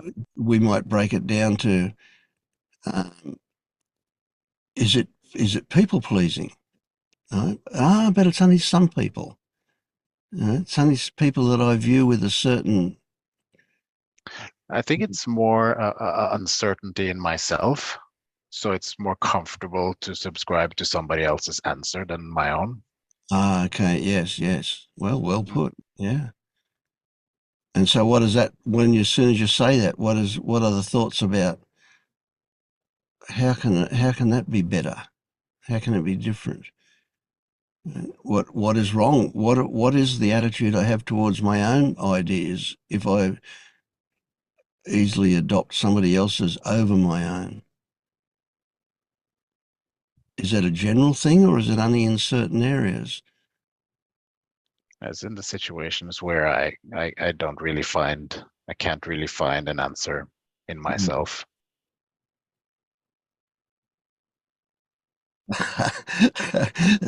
It occurs to me you're going to be up shit creek soon because there's less and less answers the further you go down this road. Yeah, but I've kind of, this is where I'm at actually. I've kind of come to the conclusion that nobody knows. Nobody can Yes, know. that's right. And So it just may getting well be that comfortable with those who, uncertainty. Yeah, yeah, and some people will play on you not knowing to say, well, I know. yeah, Who knows? Yeah. It's also very, very interesting.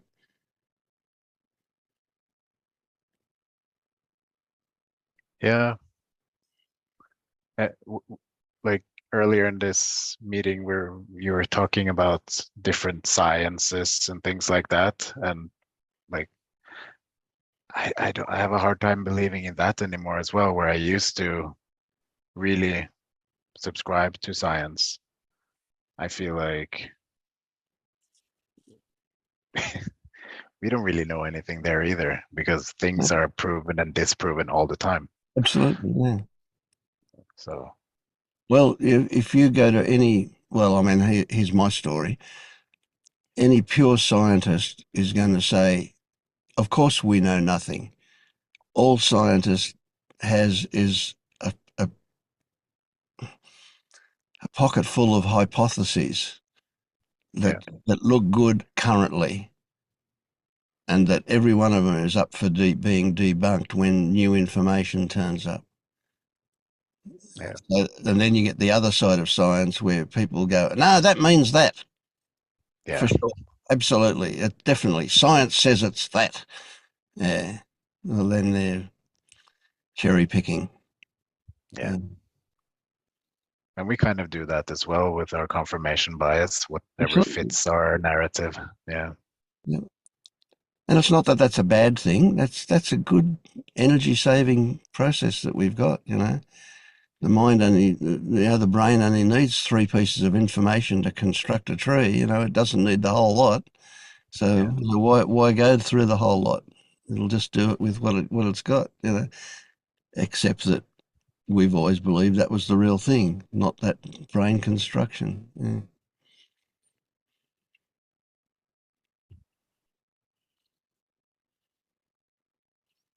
yeah. Mm.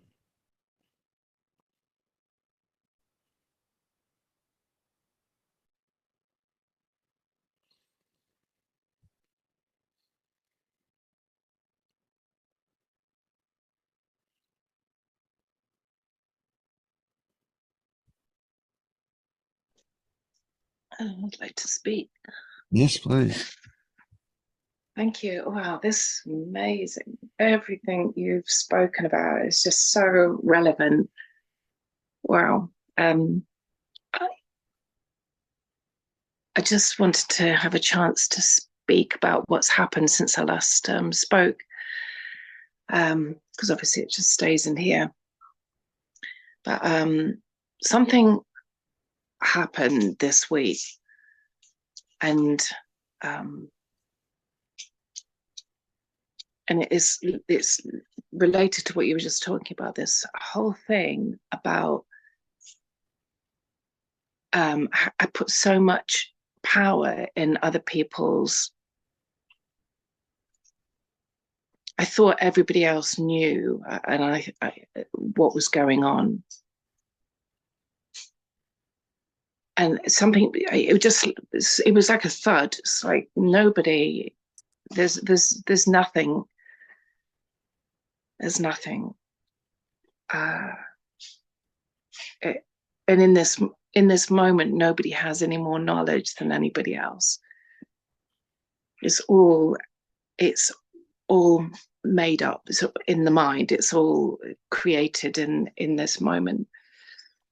And everything you've spoken about this morning, like the body yes, body no, I've really, really been noticing. Like I have this when I get anxious. I've always had this thing where I bite my lip inside. And sometimes I know I'm doing it and I still can't stop. Like just a bit more, just a bit more. And I've just been gently noticing that and then that triggers me to go and have a look, see what else is going on. And it might be the tightness of the stomach. And then it's just interesting. It's not there's not a need to go and make any story. It's just wow. And it's funny because I noticed I started doing it when somebody spoke, and I was like, whoa, what's triggering that? And I have to say that the reason this is really interesting, when I first stopped drinking, which is three and a bit years, gosh, nearly 4 years in March, I remember somebody on the phone to me, and I was in such a fearful state. I was panicking with fear, just pure fear that I don't know what was going to happen to me. And they said to me, put your hand on your heart and just gently say something. I love, love, love. Oh my gosh, I could not do that. I couldn't do it. It was so painful. And she backed off straight away and she said, oh, no. She said, let's leave that. And so as you were speaking before, I just remembered that was not possible, so disconnected with the inside. You can do it now? Oh, yeah. That smile says everything. Yeah. I love it. I mean, I could spend all day doing that, to be honest. Well, I do, in a way. And I love what you talk about the isolation. I've got to the point that I had so many stories flung in my head last week, bang, bang, bang, about how I'm odd and I might be autistic and I'm wrong and I'm broken and blah, blah, blah. Or you can get the feel everyone's got their own version of that. And I just kept going with it. Well, okay, what if you're a bit odd? What if you are autistic? What if everything it flung at me, like, okay, so what if? And really, like, because it was so painful that I had nowhere else to go. I had nowhere else to go, but I couldn't fight. I couldn't fight the stories. So I decided to,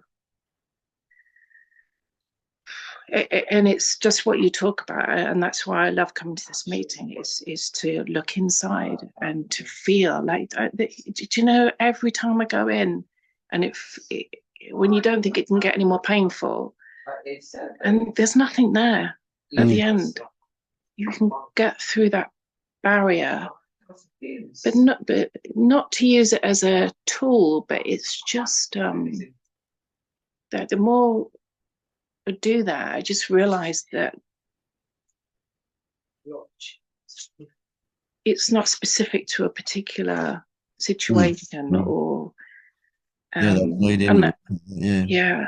And I really love your sleep meditation. I do it. I've been doing it quite a few times, and that integrating that child, that and you spoke today. You actually described what actually the process is happening. So it's kind of the you know, the child perspective is still being acted out, whereas there's a different perspective now.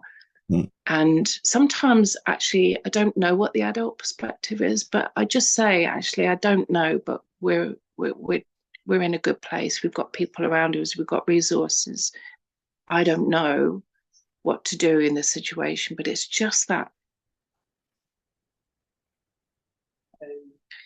it's almost like the child started to trust the adult. It's a big one, yeah. Yeah. It's like and when it doesn't, and I know we're talking metaphor child adult, but when it doesn't, I can just be honest and say, you know, okay, there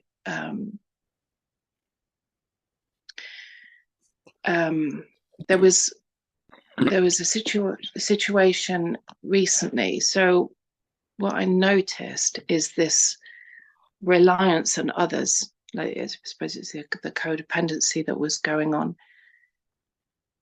For the first time in my life, I'm 53, I've had to really stand on my feet, literally, you know, single parent, money, everything. And somebody offered to buy me something. And I said, oh, that's really kind, but I'll have a think about it. It was quite a big kind of purchase. And it was definitely a body no. It was a body no. It felt so uncomfortable inside. So the mind was going, yes, yes, yeah, this is great. You'll save some money. But inside it was like, this is not,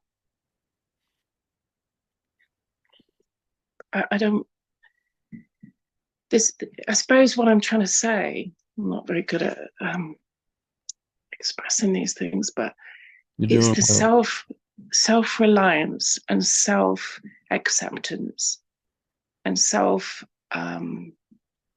there was such low worth last week. I mean, I just saw it face to face, like literally so close. And it doesn't feel like that now. I feel like I have something. It's like, I feel like there's something healing. There's something getting stronger, that I have a voice. Maybe I don't know how to express it sometimes, but I'm learning. And my opinions are okay. They're okay. Not everybody wants to listen to the opinions. One of the big things last week was isolation. Like, I should be, just as we were just talking about, I should be going out. I should be getting more friends. But I'm really content. There's enough going on.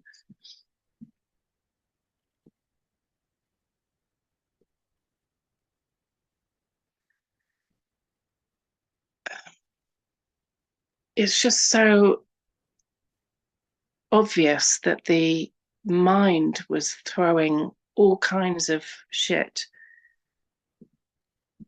last week, and I can really see that none of it was true. None of it was true. None of it. And I suppose what's left is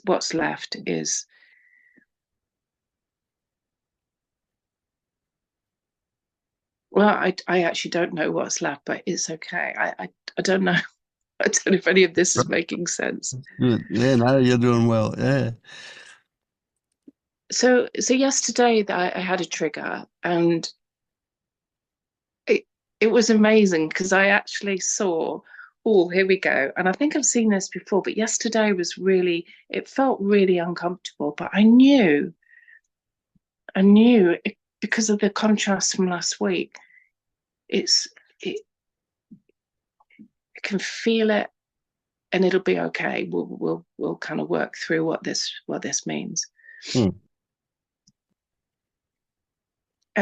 There's something around. So I suppose I have a question about. I don't know if it's authority. It's about respect. It's about how.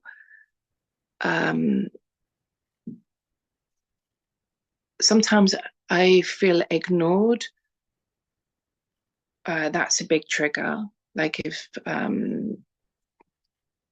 dismissed. I call my mum. I spoke to my mum last week, and they're coming this weekend, so I feel a little bit anxious. And because it was in a bad place, my mum said, "How you doing?" And it just said, "Actually, I'm not feeling great. I'm a bit down and depressed, and feeling it. Not coping very well." Oh well, I'm sure it'll be fine. Yeah, but that's kind of normal. That is normal for a lot of people. Yeah, and I just saw it. I just thought, well, I had an AA sponsor, and she said, you don't go to the greengrocers for a pork chop. Exactly. Yeah, exactly. Yeah. But it still hurt. It still hurt. But the perspective now is like, there's no pain there. There's no suffering. It's just. Yeah, that's good. Yeah, it reminded me of my dad saying we don't talk about that kind of stuff. Yeah. Yeah, we don't. Yeah. And it's okay that you feel hurt about it. That's just a remnant. Right. So next time it happens, and it'll be great to see, and it's good that your mum's still around to give you these lessons, right? That next time she dismisses you in the same way, you go, oh, how was that compared to last time? And by the time she's done it 3 times, you'll be going, well, where's that feeling? And then after that, you'll forget about it, so it's perfect stuff. That we'll do that, Yeah, just fades out, doesn't it? Yeah. And if it doesn't, if it keeps coming back, then okay, then there's something deeper that it's resting on that we need to find. But you're going 1,000 miles an hour. I just love how you are progressing. It's brilliant. Yeah.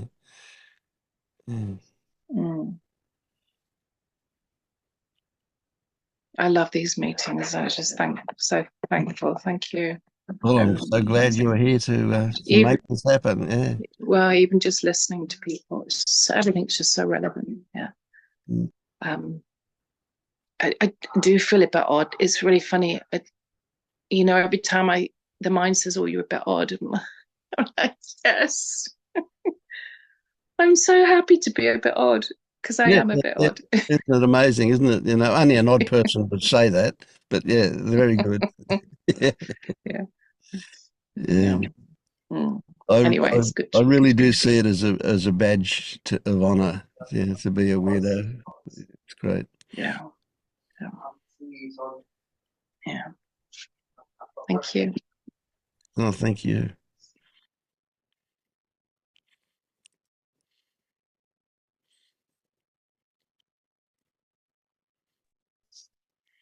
I also wanted to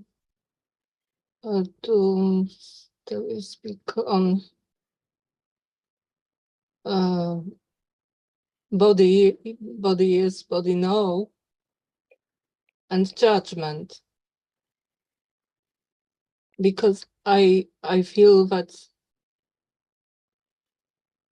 my strongest judgment comes from the body. It's like when I said about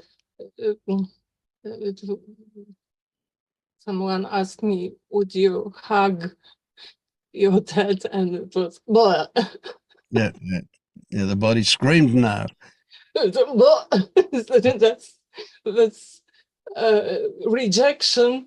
It is like rejecting food. Yeah.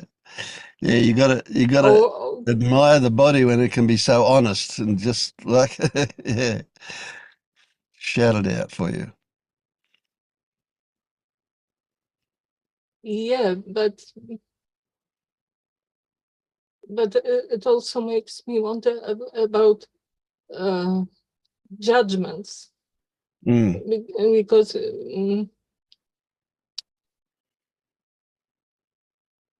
well here generally judgment is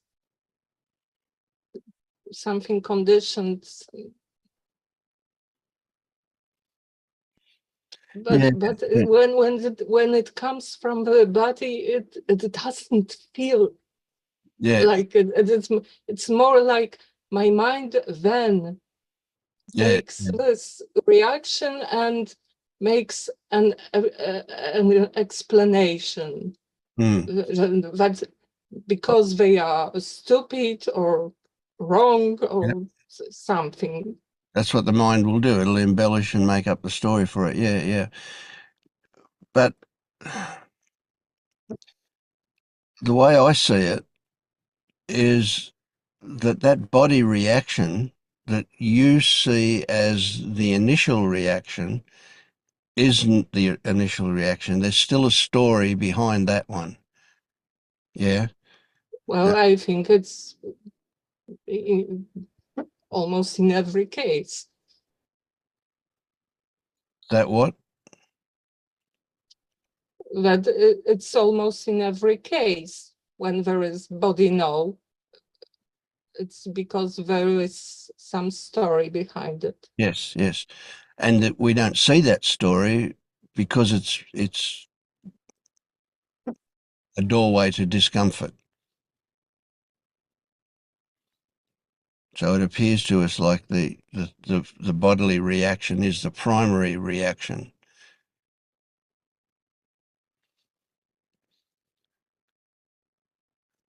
But having said that,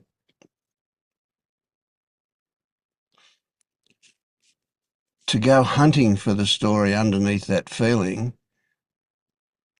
may not be the best way to look at it or to approach it. It's not. So is it, are we trying to fix a behavior, or are we looking to examine what's behind that behavior? And it would seem like there's a paradox that if we go looking for it, or we have to go looking for it in order to find it, well, when we set out to go looking for it, we're not going to find it. Yeah, because that's the reason why it's hidden in the first place, is because it's in an area of discomfort. So the only way we're going to find out about it is to get friendly with it. Right? So so this is a difficult one to communicate, but the only way it's going to feel safe enough. This is a metaphor, of course. The only way it's going to feel safe enough to reveal what's going on is if it's not threatened. And if we go looking to fix it, we're threatening it. So what we have to do to start with is to become friendly with it. Right? So how do you get friendly with that kind of judgment or that kind of bodily reaction? So instead of saying, I had that bodily reaction and whatever, blah, blah, blah, after that, after the end,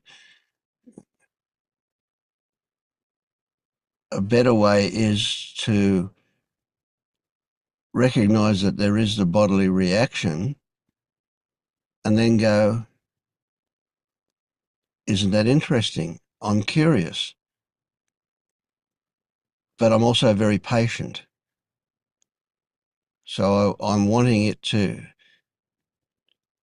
show me why it's there, but I'm not gonna cause a problem by going looking for it.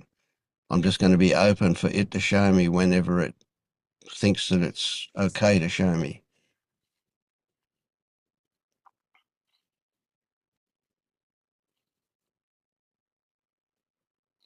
It's really, really important to be gentle with ourselves. We're not going to get anywhere by getting the whip out. No, I think that mostly in life um,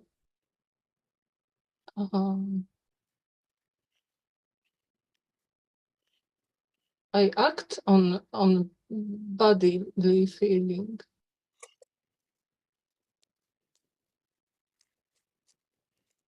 No, even now at this meeting, I see that I turn off the video or turn it on, and it's because there is a feeling in the body, like there is some internal shaking coming up, and I know now I have to turn the video on or turn it off. Mm. There is no reason. I don't need a reason. Yeah. It is irrational. And No, it's not irrational. It's very rational, I think. Yeah. I don't give it an explanation. Mm. I don't need it. Mm.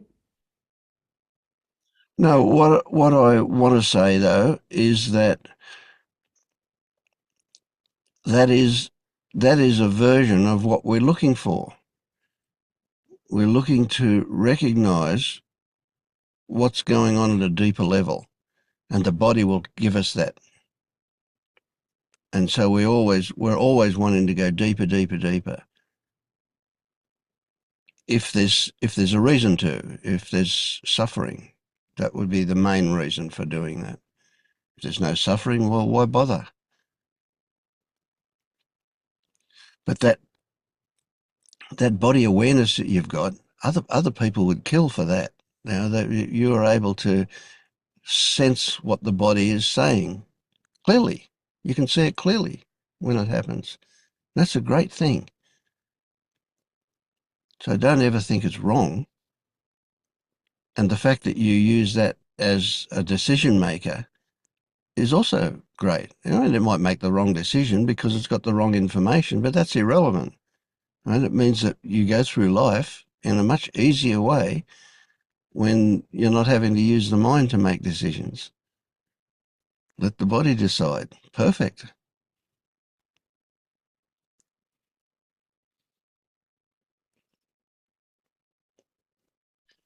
It didn't play so well. Oh, well, it can stuff up for sure. Yeah, but I mean, so can the mind. Yeah.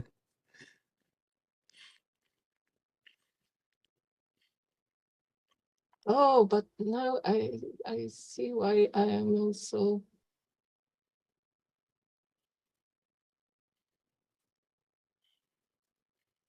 Oh, how I often come out to other people as very convincing. Uh,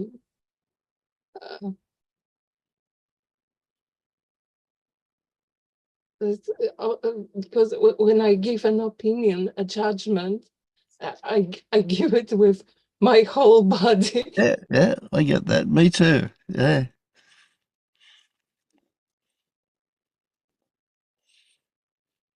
That's oh.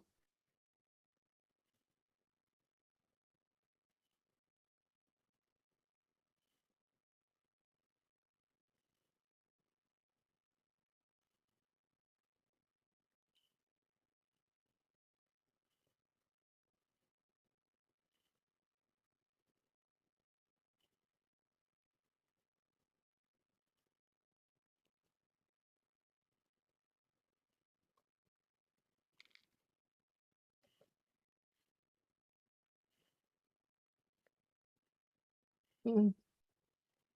It's not so good because it's frightening for some people. Mm.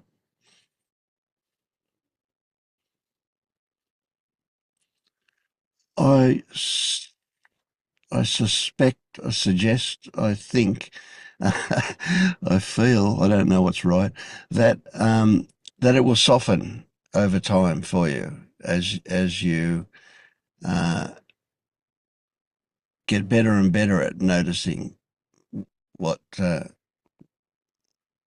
well, where the conflicts might be, or the the feeling of, or the idea that it's so forceful because you're 100% behind what you say, uh, is just the way the body, uh, you give it full control, so to speak, so that there's no holding back. It's just boomf, there it is, it's black and white, boomf, out there. Yeah. But as you notice that more and more, you'll also notice alternatives and other subtleties to it that will, soften the whole thing for you a little bit. And it's part of noticing the consequences.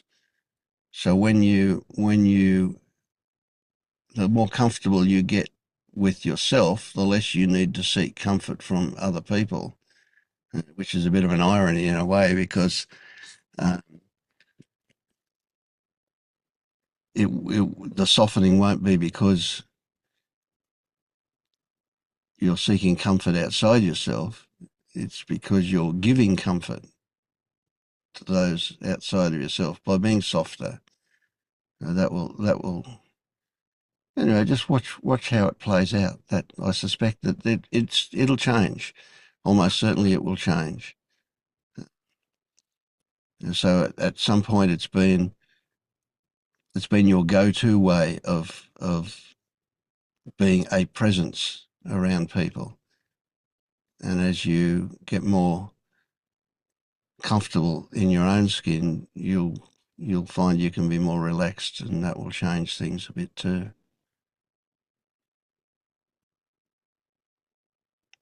I imagine that's the case.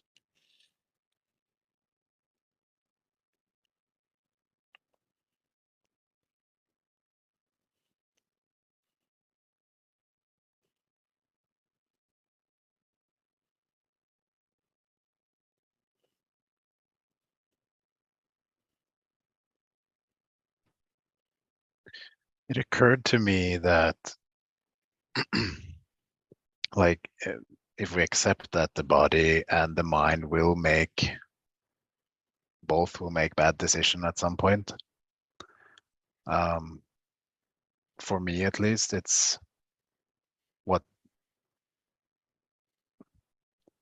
what's good about learning to make decision based on the body is that it teaches me to make decisions now, in the now, whereas when I make decisions from the mind, it often takes me into the future or like in time, basically.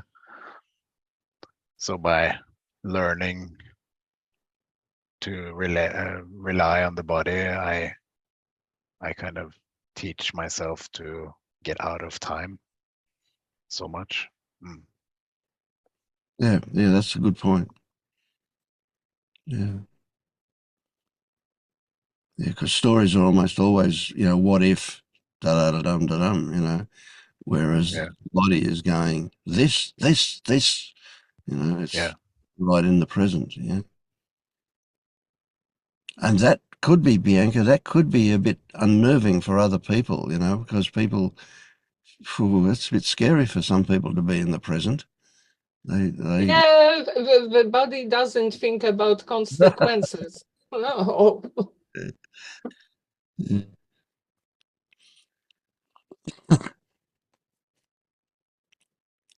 For sure, when it's logical thinking. The body doesn't think of consequences. Of course, it doesn't. Yeah, but the mind does. It'll play 'em ad infinitum for sure. Yeah, yeah.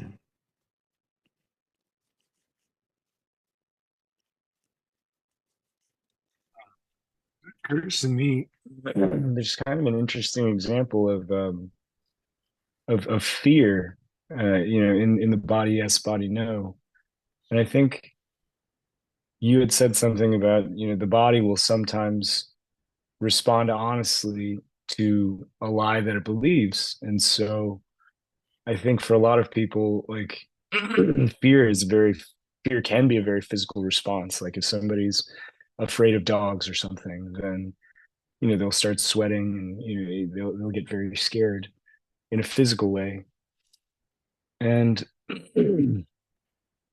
yeah, I don't know. I'm trying to sort of unpack that because um, it's sort of that cellular memory that you're talking about, where if the mind has ingrained this fear of dogs, then the body responds to it. But in a way, that also, for me, just thinking about it now, it does also sort of introduce some doubt into that. It's like, I don't know. I feel like it just brings together a lot of these themes that we've talked about today, and I don't really know how to unpack it, but it did seem kind of relevant. I don't know if you have any thoughts on that. Mm.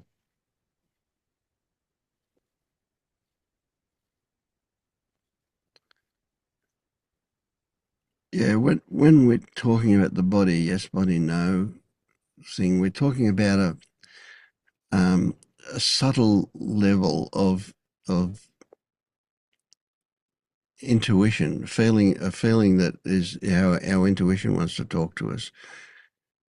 But when we experience fear, it's gross, it's big, it's not in that same category at all.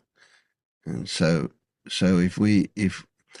but it's a brilliant opportunity if you can think up a story that generates a feeling of fear. Oh, you're away. That's a great one. That's absolutely what you want to be able to unpack something down there. But of course, there's also lots of different levels of fear as well, So underneath fear, you might get to terror, really, really intense fear, fear so strong that it's paralyzing almost, and you can't go there. That's sometimes sits underneath a lesser fear. But yeah, so there's all these different levels as well. So of course, everything that we talk about, is way more complex than what we can talk about with words. And that complexity leads us to a not knowing often as well. But how do we get to that? So how do we know enough to know we don't know anything? That's really a lot of what's going on. And so it gets to be quite tricky. So we have to get to know more to know less. There you go. That's a good one, isn't it? You have to get to a certain level of smarts to know that you're dumb. Yeah. But it's true. I don't know how to reconcile it, but it's kind of true. Yeah.